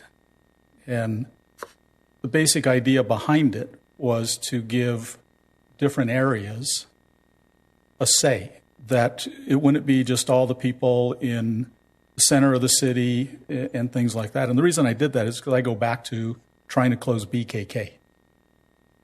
If we had had districts during BKK, it would not have closed because there were 3 people who wanted to keep it open. And if the districts had been written, if there were districts then, it had been written the way that some people want it, there were 3 districts that were not going to be impacted by BKK outside of losing the revenue to the city. So when I designed it, part of the idea was that now you'd have, on the south side especially, you could impact 2, if not 3 elected officials, that every part of the city could impact 2 and maybe 3 from that standpoint. And where people end up living, you know, I kind of laughed that, you know, they can vote. When I looked at where people voted in the election, in the last election that you ran in, you won the votes on the south side. You won the votes on the south side. You had a majority in your district on the south side. So it wasn't because people were disenfranchised. They made a selection as to the candidate. When this all came about, it was very simple. They wanted a district on the south side because one person thought he would be unbeatable. And it turned out, that wasn't the case. But let me digress when I talk about the way things worked.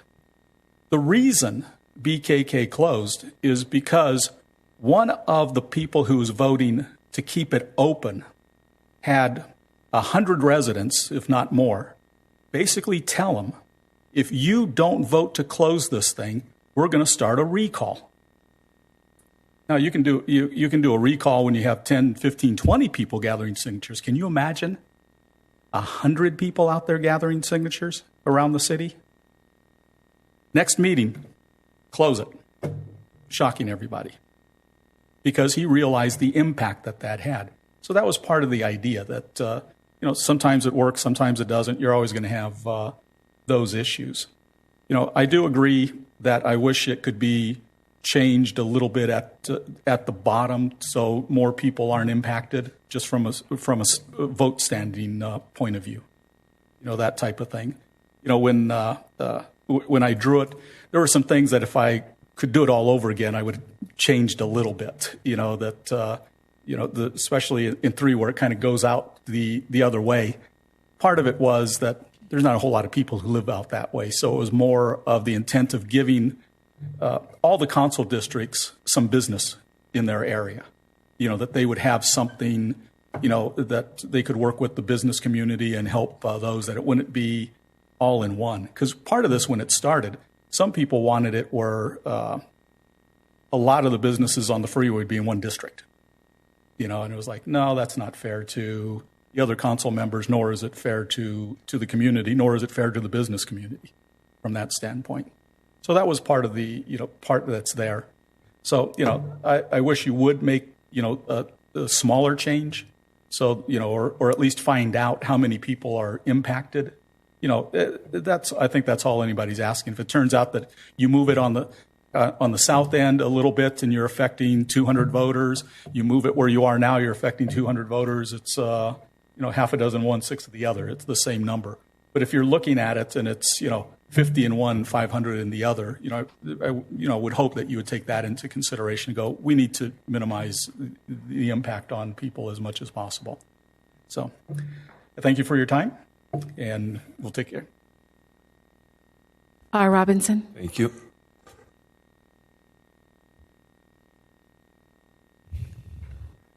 Good evening. The district agreement that the then council was buffaloed into agreeing to 4 years ago, it expired in November 2021. And you folks have the power to return to an at-large system of voting, which allows every voting member of citizen of West Covina to vote for all 5 council meetings. Steve Bennett was talking about a minor injustice, which is certainly a minor injustice is certainly very important. But I'd like to talk about the major injustice of 80% of the community can't vote for 4/5 of the council. I'll dissent from the South Hills argument that was presented because I can recall Councilman Nancy Manners, Councilman Herb Tice, Councilman Forrest Tennant, Councilman Chet Scherer. None of them were from South Hills, and I think I would consider Nancy Manners probably the best council person in the history of West Covina. She wasn't from South Hills.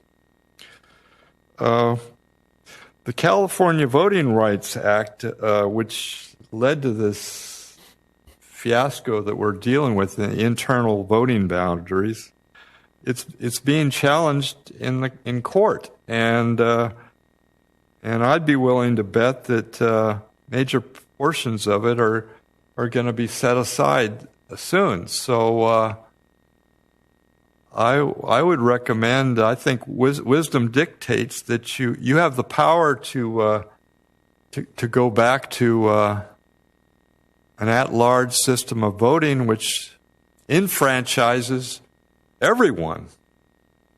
It would be a major improvement in the city. You have the power to do that, and wisdom dictates that you do that. Up on the screen, they mentioned compactness and minimizing voter shifting. The exercise that we've gone through in the last 4 years has maximized voter shifting. I mean, it's all about voter shifting and internal boundaries, and there's not much justice there. And you have the power to do it, so do it. Just go back to scratch all the internal boundaries and vote the way we used to vote. Thanks. Thank you, Mr. Robinson. Do we have any more speakers? I have no further speaker cards, Mayor. Thank you. Let's see here. Do we have any questions of staff or our presenter? What was your name again? Sorry. Oh, Doug Johnson. Doug Johnson. Any questions for Doug? Councilman Tabatway. Thank you, Mayor. I think the one question, and I think it was an important question, is the movement of the voters from District 4 to District 3. Do we have a number of how many people were shifted? So I don't have handy the number of people. I think the number ends up being about 1,500 registered voters, with a similar number going the other, actually a little more going the other way. One thing to keep in mind in that, though, is that the city has held one round of elections, right? Every district has held one election. Some people voted in the first or second round, but everyone voted in their district election. And now everyone will vote in the second round. Some people that were going to vote in the first, second election, excuse bad phrasing, are now going to vote in the second election. But no one's missing a round of elections. Thank you for that explanation. But notwithstanding that, is there a way to mitigate that or minimize that impact for us at this time? Well, anytime lines move, you're almost certainly going to generate some of that. The only way to avoid it is if you only move people between a 2022 seat and another 2022 seat, or a 2024 seat and a 2024 seat. So it is very hard to avoid that. You may be familiar, this happens, of course, at the state Senate level, and entire cities are going to be delayed in their election in the state Senate. It is, anytime we're redrawing the lines, some of this is bound to happen. The only way to minimize it would be to move fewer people, move a smaller area. But the challenge of that is that the reason for the move here is to make districts 3 and 4 more compact. And the compactness is a state requirement. The avoiding delaying the elections is just a traditional goal or principle. Okay, Councilman Wu.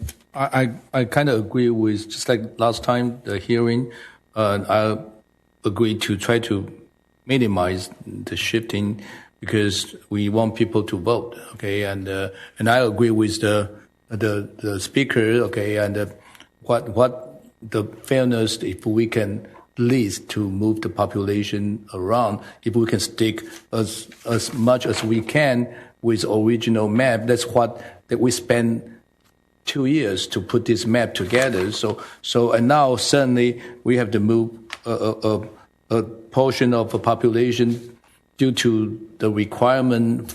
So I don't know, do we have time to see we can kind of minimize the shifting? Okay, and so everybody can participate on the 2022 and 2024. We all have a chance to vote. I don't know, do we have that time, and can we move? I know because okay, you have to go with the guideline. Okay, you are the professional. We based on your suggestion, but I think most of people still prefer this movement as we can, but still comply with the new guideline. So, what's your answer? You don't have time to look at other maps. You need to introduce the ordinance tonight because you have to do second reading of the ordinance at a regular meeting, and you only have one more regular meeting. But the point is this is the best you can do based on the requirement from the state with a new law about the continuity. That last time we asked, they say that is a requirement because we based on the requirement back in 2018 with this map, and we went to 14 map or something down to this map with I think same company is you guy, right? Oh yeah, you guys make this map, make it work. Okay, why this time we have to make this adjustment? I know you explained to us because of the new guideline or something. Yeah. The state requirements I listed are new, so those just became law in 2020. Previously, when you first went through the process, the state had a code in a line in the election code that said you may consider compactness, communities, and things like that, but there was nothing required. It was simply a kind of you can do this if you want. In 2020, the state passed this new law, which sets these criteria down as prioritized requirements. And so that's what puts them above the traditional principles. We have, of course, been keeping the traditional principles in mind as we draw these maps and trying to minimize them, trying to minimize the number of voters moved and things like that throughout this process. So this is a compliance from the state new regulation about districting, and we have to follow. That's what this 5 map we create, because this 105 is a list, okay, compared with the 101 to 104. I still have a block that have been moved and the south side. Okay, south side, they can vote again. I think they're happy, but the north side, potentially I don't know how many voters over there. They just have to wait for 2024.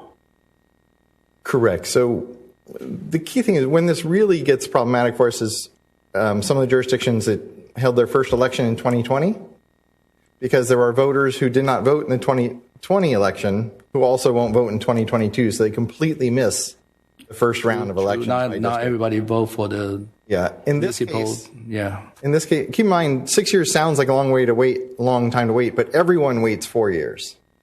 It's simply a 2-year. They're simply moving from the first year of the election cycle to the second year of the election cycle. So no one's missing a round like they are in some jurisdictions. So the final question, I'm sorry. Okay, so this basically the 105 is legit, that comply with the state new rule, everything. Yes, that's what we've been discussing throughout this process. Okay, thank you. And you're certain that the state won't allow us to make some final tweaks based on what we discussed from today to second reading? Is that something we could ask the state? I'll defer to the city attorney on that, but... Mr. Mayor, we need, like I said, we need to adopt this by April 17th. April 17th, and it needs to be done at a regular meeting, so you need your second reading April 5th. April 5th. So this needs to happen tonight. But are we able to make some final tweaks before the second reading? No. If you make tweaks before, then that constitutes a first reading or next reading, and then we run out of time. Okay, but Councilman Wu? Yeah, the point is, even we tweet, based on what he say, he cannot adjust. Okay, that based on what he said, because I asked, can we adjust this? But he said this, and I have to go with that. Otherwise, I think he preferred. He did the 2018 map, so he understand that we went through a long period of a hearing. So I think all the residents prefer this movement. Okay, and so everybody have a chance to vote. I think based on new guideline, they even we change this online, we might have a issue come back the same thing. We have to move some other places, and they maybe end up the same. That's based on what the consultants. Yeah, that makes sense. I mean, the concerns were valid. I think the speakers brought up some good points. So this is our last chance then, huh? Yes, just to illustrate the challenge you face,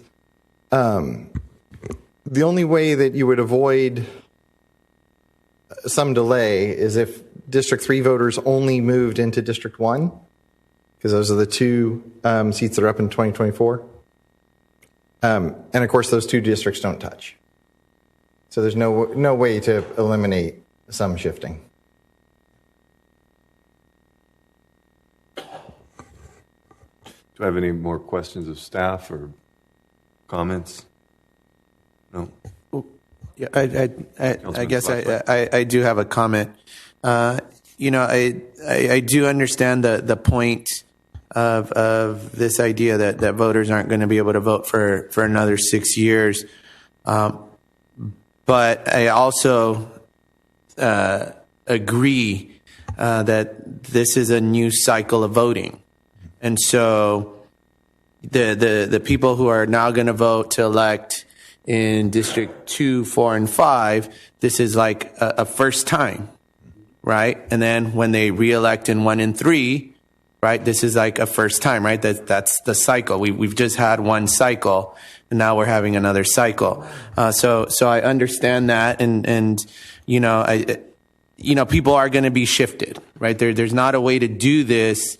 I know the argument is, well, just make the shift to District 4, and some of the people who voted in 3 will now vote again in 4, and let's not move anyone from 4 to 3. I understand that argument, but then we also then need to discuss, well, what are we creating in the map, right? Is this a better representation to have all of that south portion now in 4? Does that District 3 area now actually become a better voting area, right? I mean, those are also things to consider. And this is a 10-year, right? This is for the next 10 years. And so, it's not just, well, some people got shifted over and some people didn't, right? We're also considering demographics. I know someone mentioned about gerrymandering, but gerrymandering really occurs more so when you keep things more compact because of residential segregation that we have. And so actually to have a map that looks quirky, but this is actually a map that creates more diversity in the voting, both economically, racially, and all the things that we need to consider. I think the point being made of people being moved, that we're expecting to vote in this election and are not going to be able to. I mean, I understand that. But I also think we need to give weight to this idea that this is a new cycle. And that's a reality. And so I actually don't have an issue with going forward with draft plan 105. Especially considering this is 10 years. Thank you. So I'd like to move the motion to accept draft plan 105. I'll second that.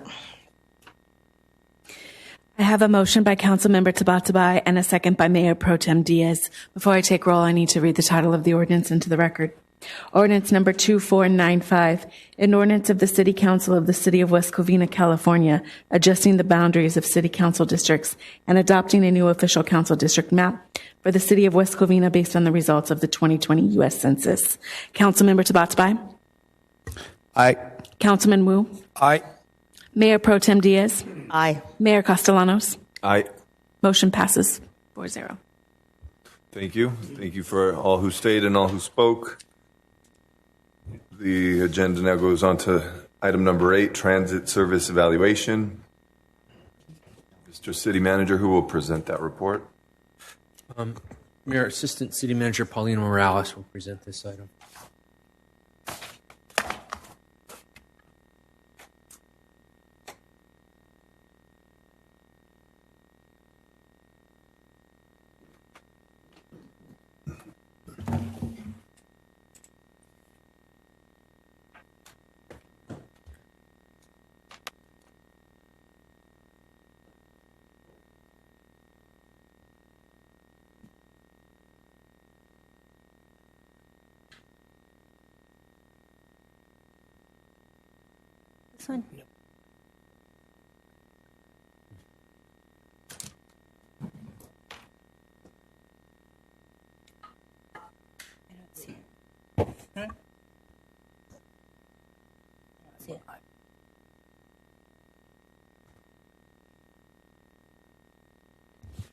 Sorry, we're looking for the presentation. If you can give us a moment. No problem. Might be in the floppy disk drive. It's actually being brought by carrier pigeon.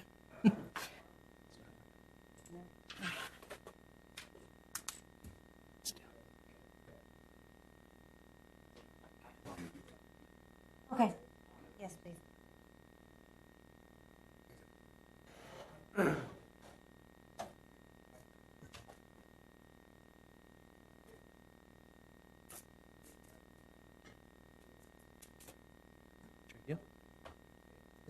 Yeah. We'll do it next time or do it tonight?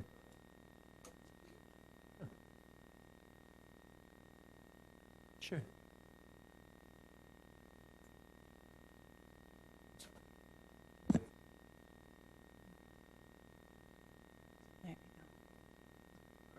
Got it. Can I do it next time? Is that okay?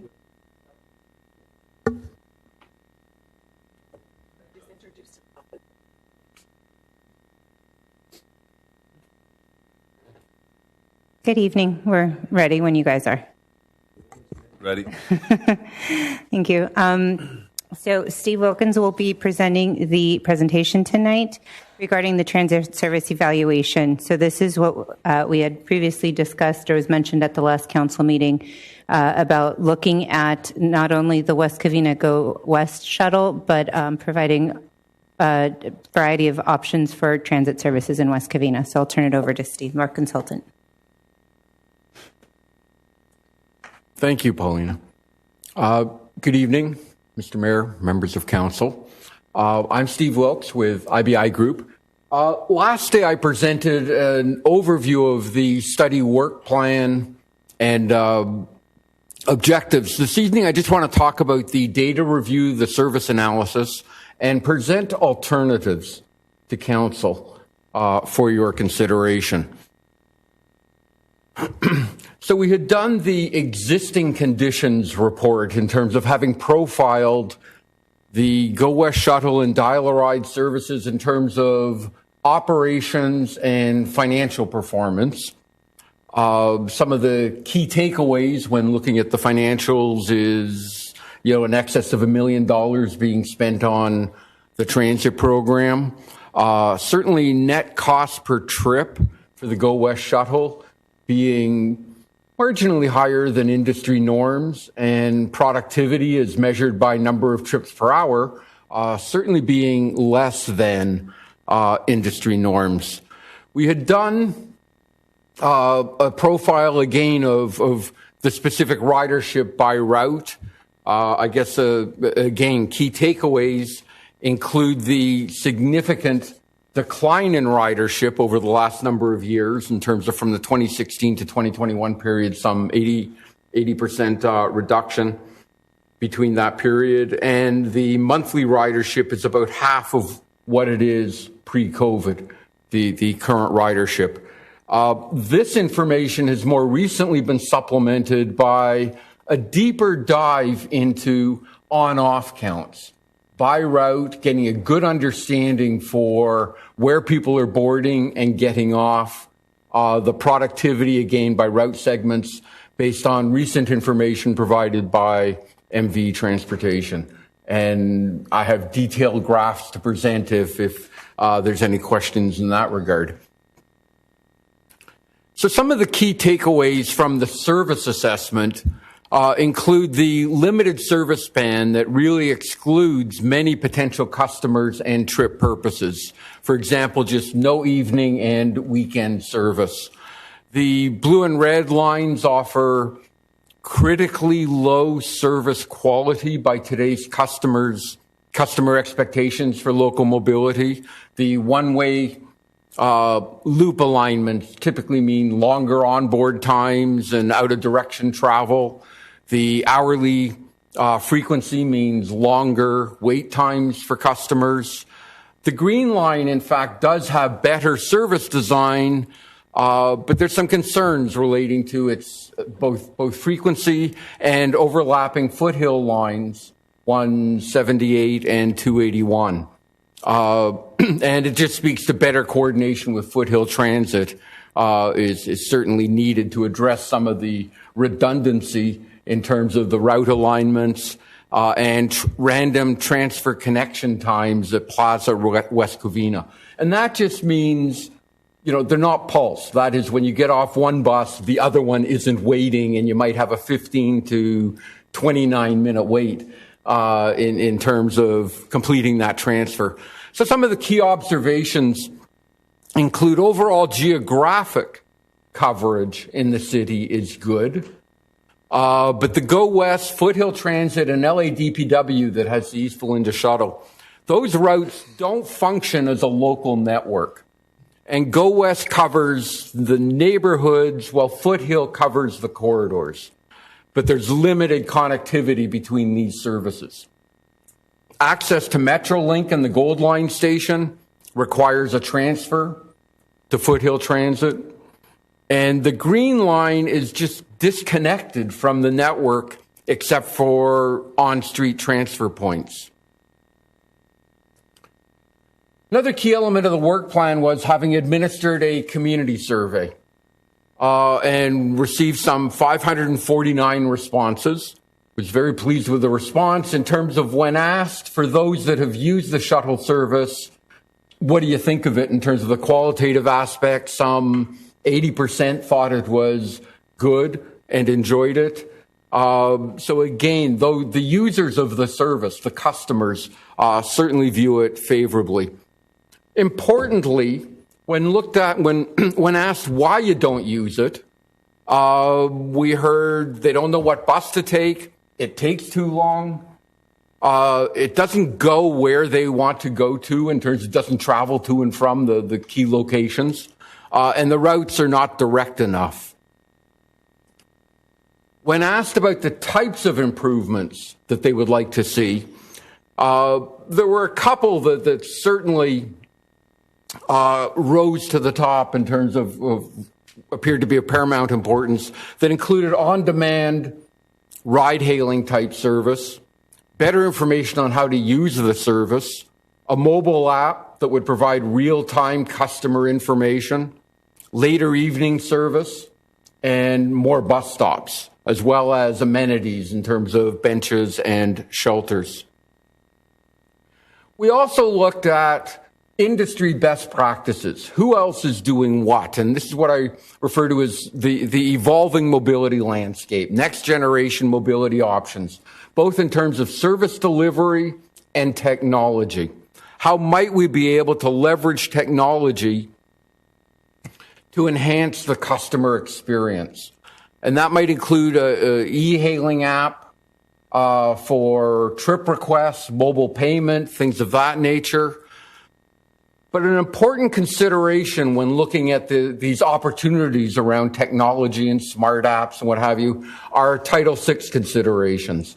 And Title VI just speaks to the equity analysis. It recognizes that not everybody has a smart device. There's the unbanked, and you need that backup or default plan that typically would include a call center of sorts for people that are able to make a phone call on a trip request but don't have the app-based capability. We also looked at different vehicle types, depending on the options that one wants to, the alternative that one wants to go forward with in terms of various shuttle, microtransit type opportunities. There's small purpose-built vehicles. There's the dial-a-ride type vehicle that's currently used. There's certainly some great examples of these trolleys that are used typically and I'm thinking of the Laguna Beach Festival trolley type thing or Pomona in terms of entertainment. Services that are often branded as, shop, dine, play type branding considerations. And then, of course, there's the traditional or conventional transit bus, the big 40-foot CNG bus that typically is operating on a fixed route, fixed scheduled service. So the kind of service improvement strategies, conceptual alternatives, there's 4 that I want to speak to this evening. One is to restructure the Go West shuttle routes. The second is a South Side on-demand microtransit service. The third is phase out the Go West shuttle service and transition to citywide microtransit. And the fourth is discontinue the Go West shuttles and integrate services with Foothill Transit. So in terms of the first, with the retain the current level of service for Go West shuttle, but replace the one-way loops with linear alignments and bi-directional service on major streets and reduce travel times, address some of the previous issues around out-of-direction travel, things of that nature, restructure to reflect 2 crosstown routes, a red line in the north and reconfigure the green line, and a couple of options that we've been looking at in terms of the alignments. Certainly extend coverage to the Baldwin Park Metrolink, and within this scenario to retain the existing dial-a-ride service for older adults and people with disabilities. The second concept is that of reducing the Go West shuttle service and implement Southside on-demand service. So just briefly, this speaks to a more linear alignment in the north end, generally south of Cameron, to convert that area to an on-demand zone. And that would obviously eliminate the green line. The third is phase out the Go West shuttle service and transition to a citywide microtransit. Having multi-zones that focus on connectivity or first last mile connections to the Foothill Transit network, the Foothill high frequency bus lines at key transfer points. Similarly, to coordinate with LADPW and consolidate what they're doing with the East Valinda shuttle service and coordinate both operations and funding, and then coordinate microtransit service delivery with the existing dial-a-ride framework, the service for older adults, people with disabilities, to enhance consumer choice and increase operating efficiencies. And the fourth alternative is discontinue the Go West shuttles and integrate services with Foothill Transit. Again, discontinue, but look at higher frequency for the Foothill Transit lines providing north, south, east, west service within the city of West Covina. We met with Foothill Transit just recently to explore this very concept and are waiting on them preparing some financials for us in terms of what it might cost to look at, for example, the 178 to increase from their current 30-minute headways to a 15 or a 20-minute. And upon receipt of their financials, we'll complete our financial analysis of this option. This just graphically shows the foothill routes that I was alluding to in terms of the 178, 281, and 280, which provide, again, general corridor coverage in a north, south, east, west orientation. And a final recommendation, and not necessarily a concept, is to develop a transfer hub within the Azusa retail area.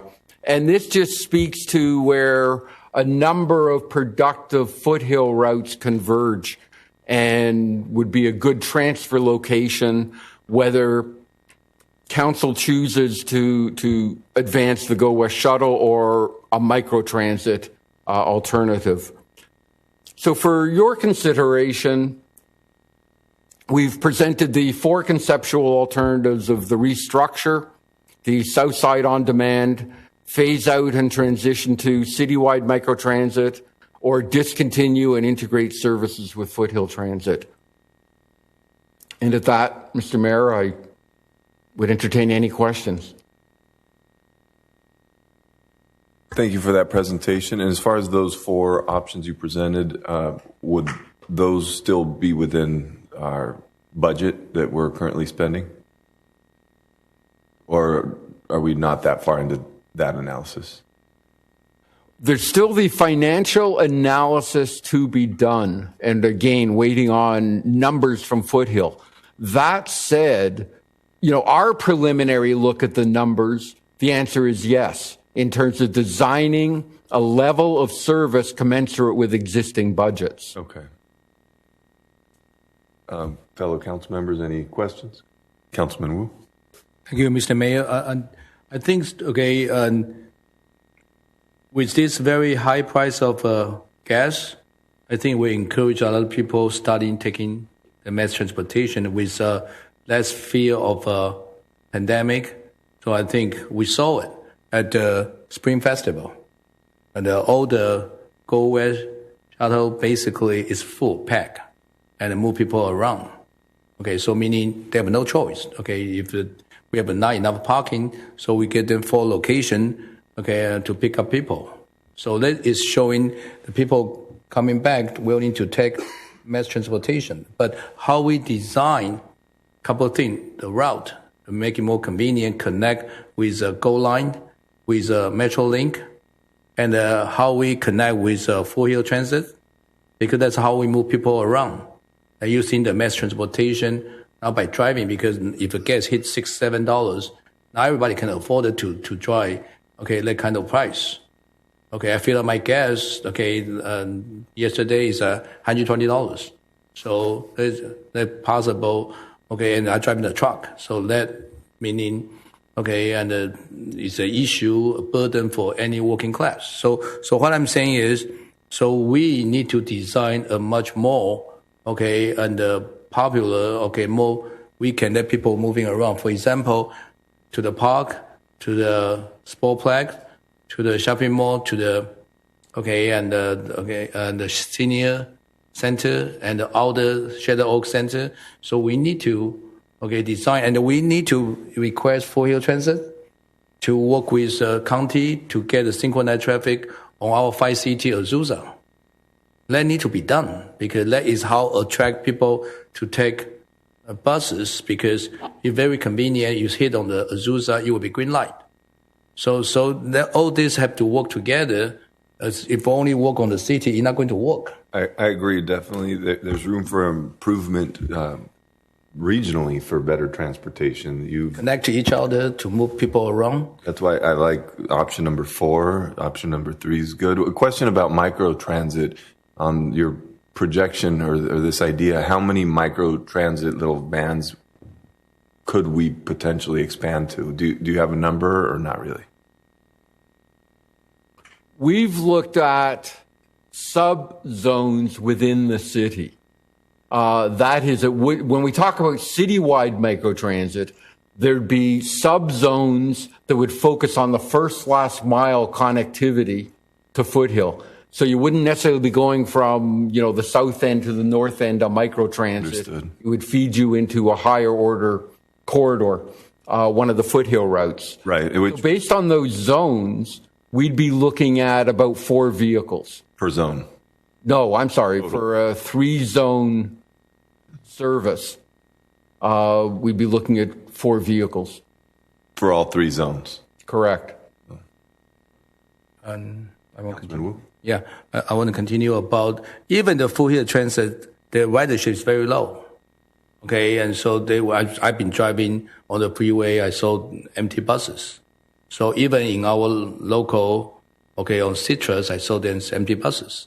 So it's the same problem too, how we help them to help the ridership. And so the problem is this, we cannot have all the big buses driving on our city. We need a smaller size. So what I'm saying, Go West or some other trolley style. So we have to look into it, see which one will be more attractive. So we said it before last time.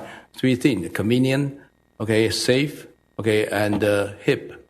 So how can we? And convenient is how we connect the dots and move people and to the place they want to do, and they don't have to drive. So for the sportplex, I think that would be a route if we have some game going on.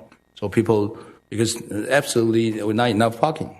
That's right. Yeah, so that is the one thing we need to use in the smaller one. The big bus cannot even go into the parking lot. So when possible, we have to drive in medium size, like a go-west type of buses, and hopefully electric. Okay, maybe save some emission. So a lot of things that we can maybe discuss. Okay, and to see how can we put the action plan together and maybe get RFP. Okay, and to see the design, the route. Okay, with Go West, I think we expire, right? So we can maybe work on the RFP, and they can give a proposal too. See, yeah, that's a good idea. That way we could keep this shifting in the right direction. All of this sounds great. Coordinating with Foothill Transit, I think will be wonderful, as you mentioned, and as we've probably all noticed. Yes. Plenty of empty seats on those buses, and they're really nice buses. Yeah, can they kind of all connect together with move people around? I can, with all this thing going on with the gas price like this, you're not going to go down to $3 pretty soon. So we're thinking about up and down the gas, price coming down a little bit under 100 per barrel, but tomorrow maybe go to $120 per barrel again. So meaning, no matter what, the gas price this couple of years won't be too low. So we need to use mass transportation for people to utilize, to go to different places. So that would be economically feasible for the people, but we need to make it convenient. Absolutely. And make it convenient. I think ridership will go up with this gas price, but now how we hurry up, design a right route. That's right. Yeah, and then make it, and promote. And move people around. Yeah. But, Mr. Consultant, am I right? Absolutely. I'm sorry, your first name? I'm Steve. Steve. Okay, that's an easy name. Okay, Steve, how do you think? Am I right? Yes. The increase in gas prices happens to be a good thing for the transit industry, and we've certainly seen a bump in ridership being experienced around the nation. And then, as you certainly referenced, with whatever this post-COVID environment is going to look like, people are indeed migrating back to public transit. But to your point, are we looking then at restructuring the Go West shuttle routes? I think so. I think we need to, right, Mayor? I think that's necessary. I think the hard part for all of us will be what is the right recipe here. I like the idea of experimenting with some linear aspects that are instead of a loop. I like the idea of the micro shuttles. I think this may end up being a dynamic process where we proceed to the best solution by way of trial and error and experimentation. But we're on the right track. This past weekend with our festival at the Sportsplex, I think it was very nice to see that the shuttles were being utilized. That's, as everyone who's been paying attention to everything I've been saying, that's all I want, especially as, the contemporary problem of the price of a barrel of oil. It's more important now than ever to make sure we utilize those dollars effectively. So I think certainly redesigning the routes, I think is critical. But I think we'll need a little bit. We'll take the data from the survey to know where to begin. For example, whatever parts of the routes that are currently being used, we make those linear routes, right? They go back and forth, and then adapt from there, and really engage our drivers and engage our residents into giving us constant feedback. Councilman Wu? Quickly, one sentence, okay? And I think we still need a partnership, no matter Go West or any other. Absolutely. We still need all this service, okay? And I think most of this paid by the major aid, okay?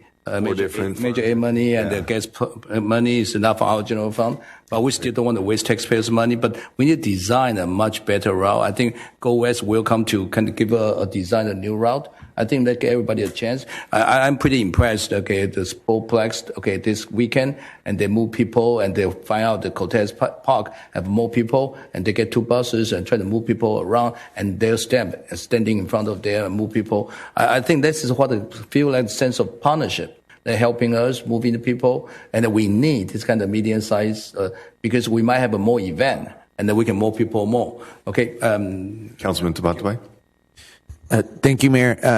Yeah, and to point to just the spring festival, we also had several hubs all around the city, right? We have a huge, geographically, land space, and so not everyone can. I know you mentioned the hub on Amar and Azusa, which I think is a need, but there's other areas because I know one of the issues too is where do I go to get this? I would preferably like to walk or maybe ride my bike, right? I don't want to drive to the place where I'm going to then catch the microtransit, right? And so then I think that's something else we need to discuss too is, where would be the proper spaces, right? And I think the Spring Festival gave us a great look when you put one at Cortez, when you put one at Edgewood, when you put one at Cameron and all the different spaces, right? It made it that people could get to it, right? They could walk from their house, they could ride over, and then, the wait and even, some people complain, but the wait really was not long and was convenient. You mentioned Sunday. I think once everyone realized the way the shuttles were working on Saturday, Sunday became a day where, oh yeah, let's just take the shuttle, let's go, and really enjoy it. And so, I think if that could also be a possibility, if you could provide us maybe some other, besides that Amar Azusa hub, because the other part is, as people are walking, and I like that you mentioned the business area on Amar and Azusa, right? Because if I walk by businesses as I'm going to go to my shuttle, I'm going to shop, I'm going to buy something, I'm going to stop at Tierra. Yeah, Mia Tierra, right? Buy my coffee before I go to the hub, right? Or, if we put a hub right near the Glendora, right, area, right? And people walk by those little restaurants. Maybe I buy myself from Scoop Street some ice cream before I jump on my shuttle, right? So we can create, right, for our businesses that walk, right? We want people to walk by the business, wait in the hub, then take that shuttle to the Sportsplex, right? So you have these teams coming from out of town, right? Maybe they're walking by those Amar Azusa businesses. They go to the Sportsplex. Maybe they walk by the Glendora businesses if they're coming from that area, right? Maybe they walk by Eastland businesses. Maybe there's a hub there, right? So if we could kind of look at that, right? Because part of the reason you want this, right, is you want to move people to the businesses to spend money and do their shopping and things like that. So, thank you. Councilman Wu? Yeah, I just want to follow up, Councilmember Tabai regarding the how to move people around, but I want to emphasize two, transportation event. One is a special event, like Sportsplex for Spring Festival is only happen possible either once a year or quarterly or something. So, then we have to design another regular route. Yeah, the how we design or have the survey from the transportation from Go West or any company design what is more usable regular route to move people around. So you have two things: special event route, and regular route. So in that way, we need to kind of work it together, see how we make it much more easy to use. So in that way, I think we can utilize this transportation. Just we saw on the Spring Festival, that is amazing. People, just I know, on the Sunday, I think we have I don't know how many people, 7, 8, 10,000 people. There's a lot of people moving in one day, and it's packed. So most of people is from and the shuttle service. So meaning that it work. So how can we make it even better? Become some kind of, because we might have a regular mall event with the sport, and the people playing the game, and they know the parking is not really that great, so possible to take the shuttle service. Councilman Tabatabai? Yeah, and to the point, I think that weekend service becomes an important piece, right? Because, honestly, during the week, we're at work, right? Where most of the residents of West Covina, right, are traveling to work and things like that. But it's the weekend where I would like right, the shuttle service to these different areas, right, to enjoy the day and things like that. And that's, obviously the special events, yes, but then the weekend, right, becomes, the space for us to move to these areas. If I can ask a question, would evening service be a priority for council as well? I would say let's let the marketplace speak. If residents desire that and there's a demand for that in the evenings, but once we broadcast that we're making this attempt at improving these services and utilizing our tax dollars more effectively, I would say certainly if that's the desire of how our residents would utilize it. And I mean, yeah, that could be the case, whether it's for, sports, shopping, whatever, jobs. So if we could find a way to get those answers from the riders, that would be useful. If I may, we certainly heard from the riders, their desire for evening service. But I would also like to share, there's success stories out there with a hybrid type delivery mechanism scheme in terms of maybe a restructuring of the shuttle routes daytime, evening when you may not have the trip threshold to justify fixed route, fixed scheduled service, you supplement it with evening microtransit, evening on-demand TNC type service. And that way you're able to gauge market acceptance.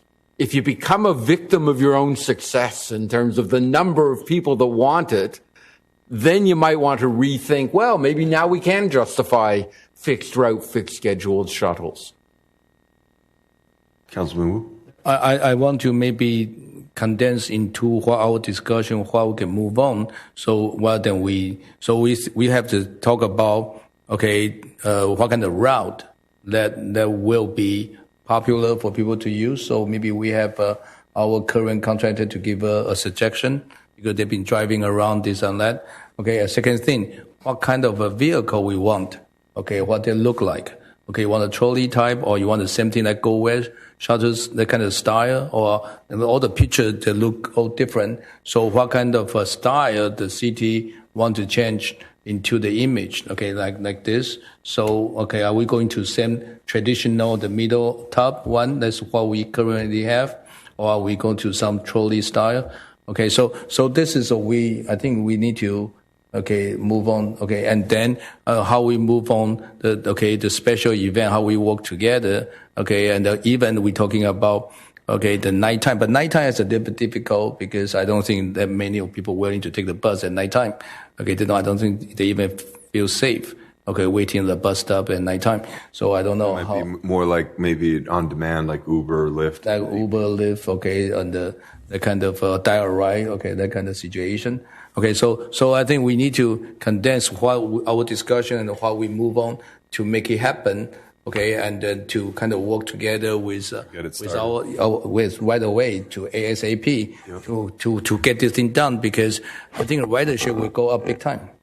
So I think we need to act on it ASAP and have Go West to give a suggestion and what they want to do, and then we decide IP, and then we choose send the contract. Yep. Make sense? If I may add, pursuant to council's direction, we have started collecting the ridership for on and off at the bus stops from NV Transit. So we are starting to collect that data. Thank you so much. I appreciate that. Councilman Tabatabai? Yeah, I just wanted to add, again, I think it's also necessary to kind of identify areas where we could put these specific hubs that create this, pedestrian walking by businesses, when dropped off, going by businesses that maybe as they're on to the main destination, right, to again create that economic stimulus that comes. I know a lot of cities when they consider where they're putting their hubs, that's what they do, right? They purposely kind of force you to walk by, and as you walk by, you buy, right? And that's I think that would be an important element. Councilman Wu? Thank you, Mr. Mayor. I think, we talk about since we all one time as a Full Hill Transit board member, and they told us about how to use the hub behind the shopping mall or the parking, and they're willing to pay for it. So we should talk about the hub because there's a park and ride. And then that if we are going to build a lot of residential in the area, we should combine with the area with a major hub because there's a downtown. Okay, and then make possible a major development with housing. Okay, it's 1,200 last time we approved. Okay, and therefore we're willing to, they have a grant, they're willing to improve. Okay, and we just need to work with, the owner of Plaza West Covina and to see how we work on that, the street. And every time I pass through that, they have a lot of people riding buses right there. So I think there's one of a central hub. So can we improve that area with a Full Hill Transit, and from there, then you have go west to kind of people to go through there connected into the small street. So because the bus is only go to the major street, and then from the major street, then we can have there to go to linear. Yeah, exactly. Whatever makes the most. Networking. Okay, so in that way, then we can move people. Okay, then they're very close to their home. They can walk to home. Okay, as long as it's safe. Okay, so safety is the number one thing. But this is why we're talking about. Okay, and the hub, and we need to, based on this map, how many hub we need to have. The south side and the Ama and Azusa, they need a hub. This is very busy over there. Mm-hmm. Okay, and then from there, they maybe can go to in the middle of the Sportplex. So go south, then have a hub right there. Okay, and then the west side and the east side, then we kind of north side, so we connected. Okay, entire this big 17 square mile to kind of connect, and with Azusa, with Full Hill Transit to move people into the goal line and goal line in the Azusa and the Metro Link on the Covina. So it's all, then you all connected. So I think that is what the idea networking. Okay, with all this transportation action plan and with our current contractors, see how we can work together. If they didn't do a good job, we don't mind to. Exactly. Yeah. So just find a good route and let's work together. Okay. And so in that way, we make it work for people to have a convenient transportation. Everyone's happy. And Mayor Pro Tem Diaz, you had a question? Thank you, Mayor Castellanos. I think that it would be an excellent idea if we had a trolley type of bus, because I think teenagers are going to be out of school soon, and they are going to want to ride that to the malls. And I just think that would be an excellent idea. I think that I would be excited. I mean, that'd be fun. It's like being at Disneyland. I think all the kids want to take a ride and say, I would want to take a Grandma, take me to the ride on the bus. I'm serious. I think I can just see that going down Glendora Avenue, and, people would go to the movies, shop. And so I think that would be an excellent idea. I agree. So I think we're all on the same page in wanting just improvement in our routes and rides and our residents using transportation. So the next step will be for us to give direction. So we, as Councilman Wu said, perhaps the next step is to new routes, utilizing data from MV Transit, as well as exploring having hubs and exploring hybrid models, potentially, connecting to Foothill Transit, collaborating with Foothill Transit, which I think will also improve their ridership numbers, make them feel better about themselves. Trolleys, exploring trolleys. I think it's a good time to look at issuing an RFP to see what's out there. Maybe electric trolleys. Maybe they have got Wi-Fi. Whatever the marketplace offers now that could be better for us. Mr. Mayor, okay. Yes, Councilman Wu? Yeah, I think on the trolley thing, we don't need to everything's trolley. So maybe some trolley, some go west. Okay, typical the buses, because some people doesn't want to get combination. I agree. I think a combination, some area, okay, this and that, and then we see how we move people around, which one is busier. For example, like Sportplex, they see Cortez Park is senior center is a long line, and they right away get more buses to pick them and drop off or pick up. So I think this is something Okay, we want the ridership. We want to move people around. Okay, and that's what mayors doesn't want to see empty buses driving, wasting this and that. But I think with this meeting, I think we can find some common ground.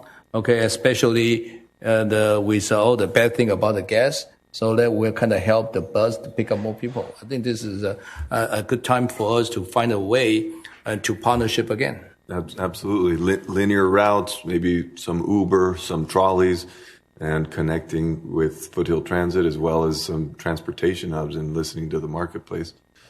I think dial right. Okay, maybe dial right. Absolutely, to serve Uber. It'd be pricey due to the gas. Yeah, we could.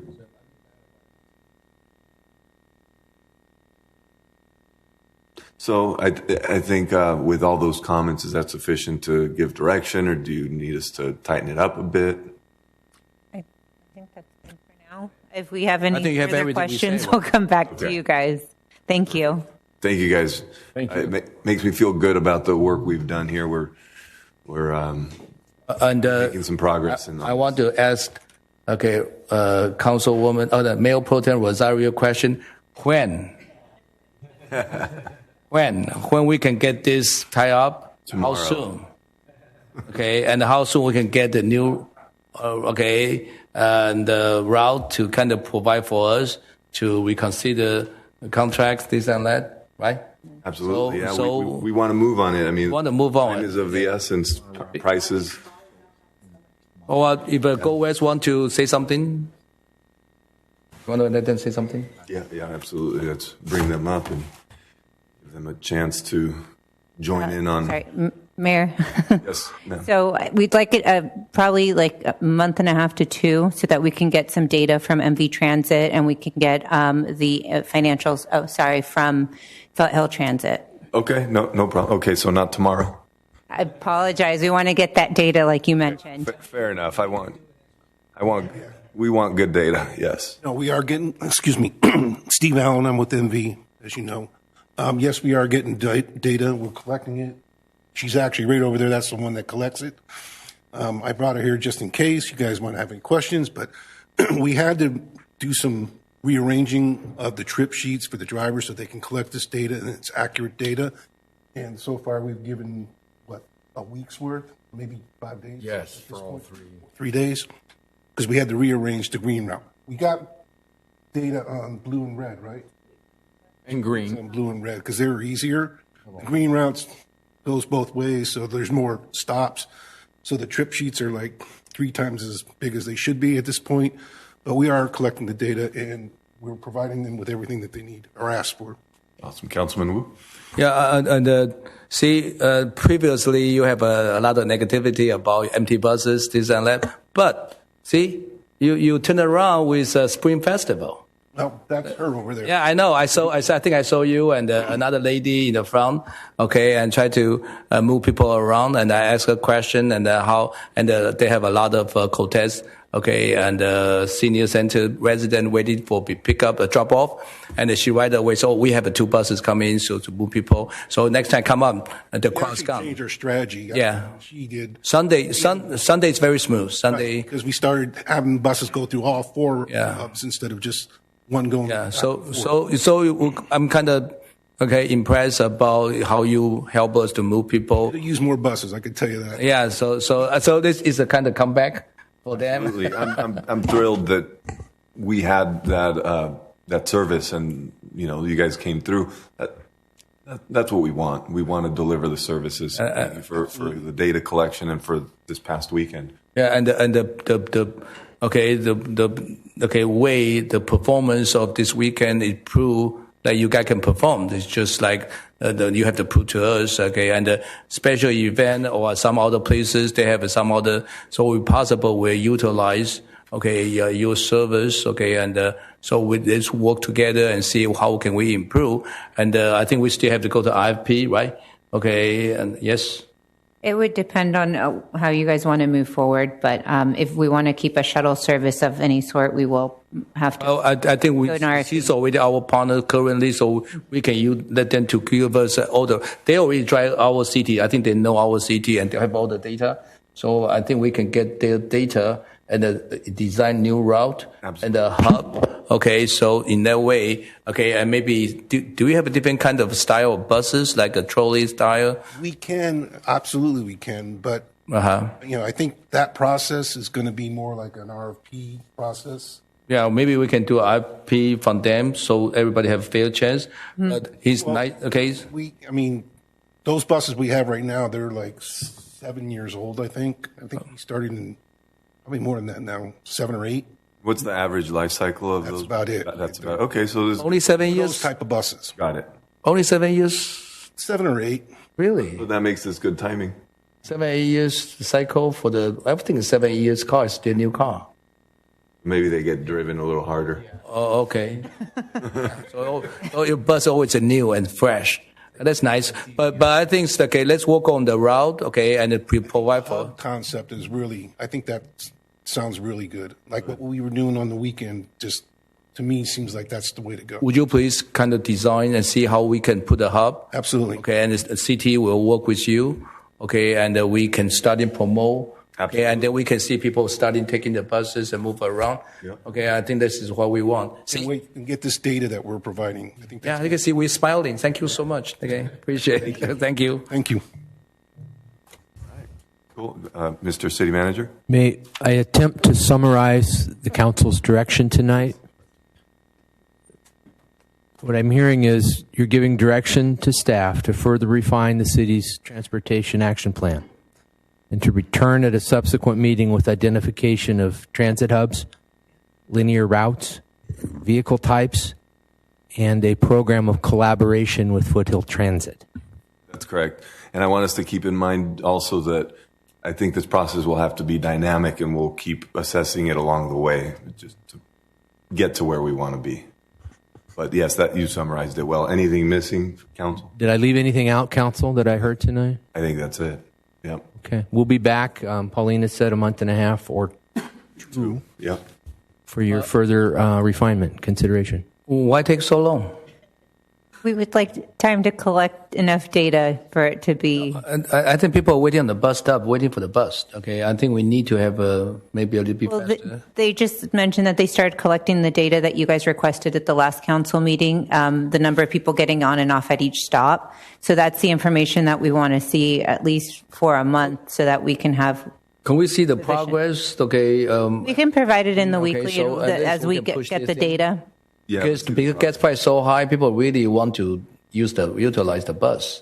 So I think we can hurry up to put this thing together so people can utilize ASAP. Agreed. Okay, so I think the 2 months, then it will take about a year's pass. Yeah. Frequent updates. So if we update, if we can bring earlier, let's bring earlier, and let's have them to give us the estimation and the new route. Okay, and if we need to go to RFP, we go to RFP. Action. Makes sense? Right. Okay, thank you. Thank you. All right, so that concludes that item. Thank you all for participating. Thank you guys for coming. I feel really good about that progress, so we'll keep it moving. And let's see here. Do we need a motion on that one?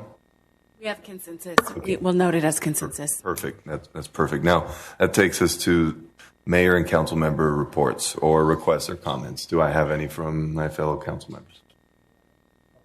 I know you will. Okay, I'm sorry I'm talking again. I cannot thank more to all the staff and the 7 nonprofit group to put this magnificent first annual Spring Festival to bring so many joy for so many people. I haven't seen so many people smiling and have a good time. I haven't seen children running around, screaming in that area.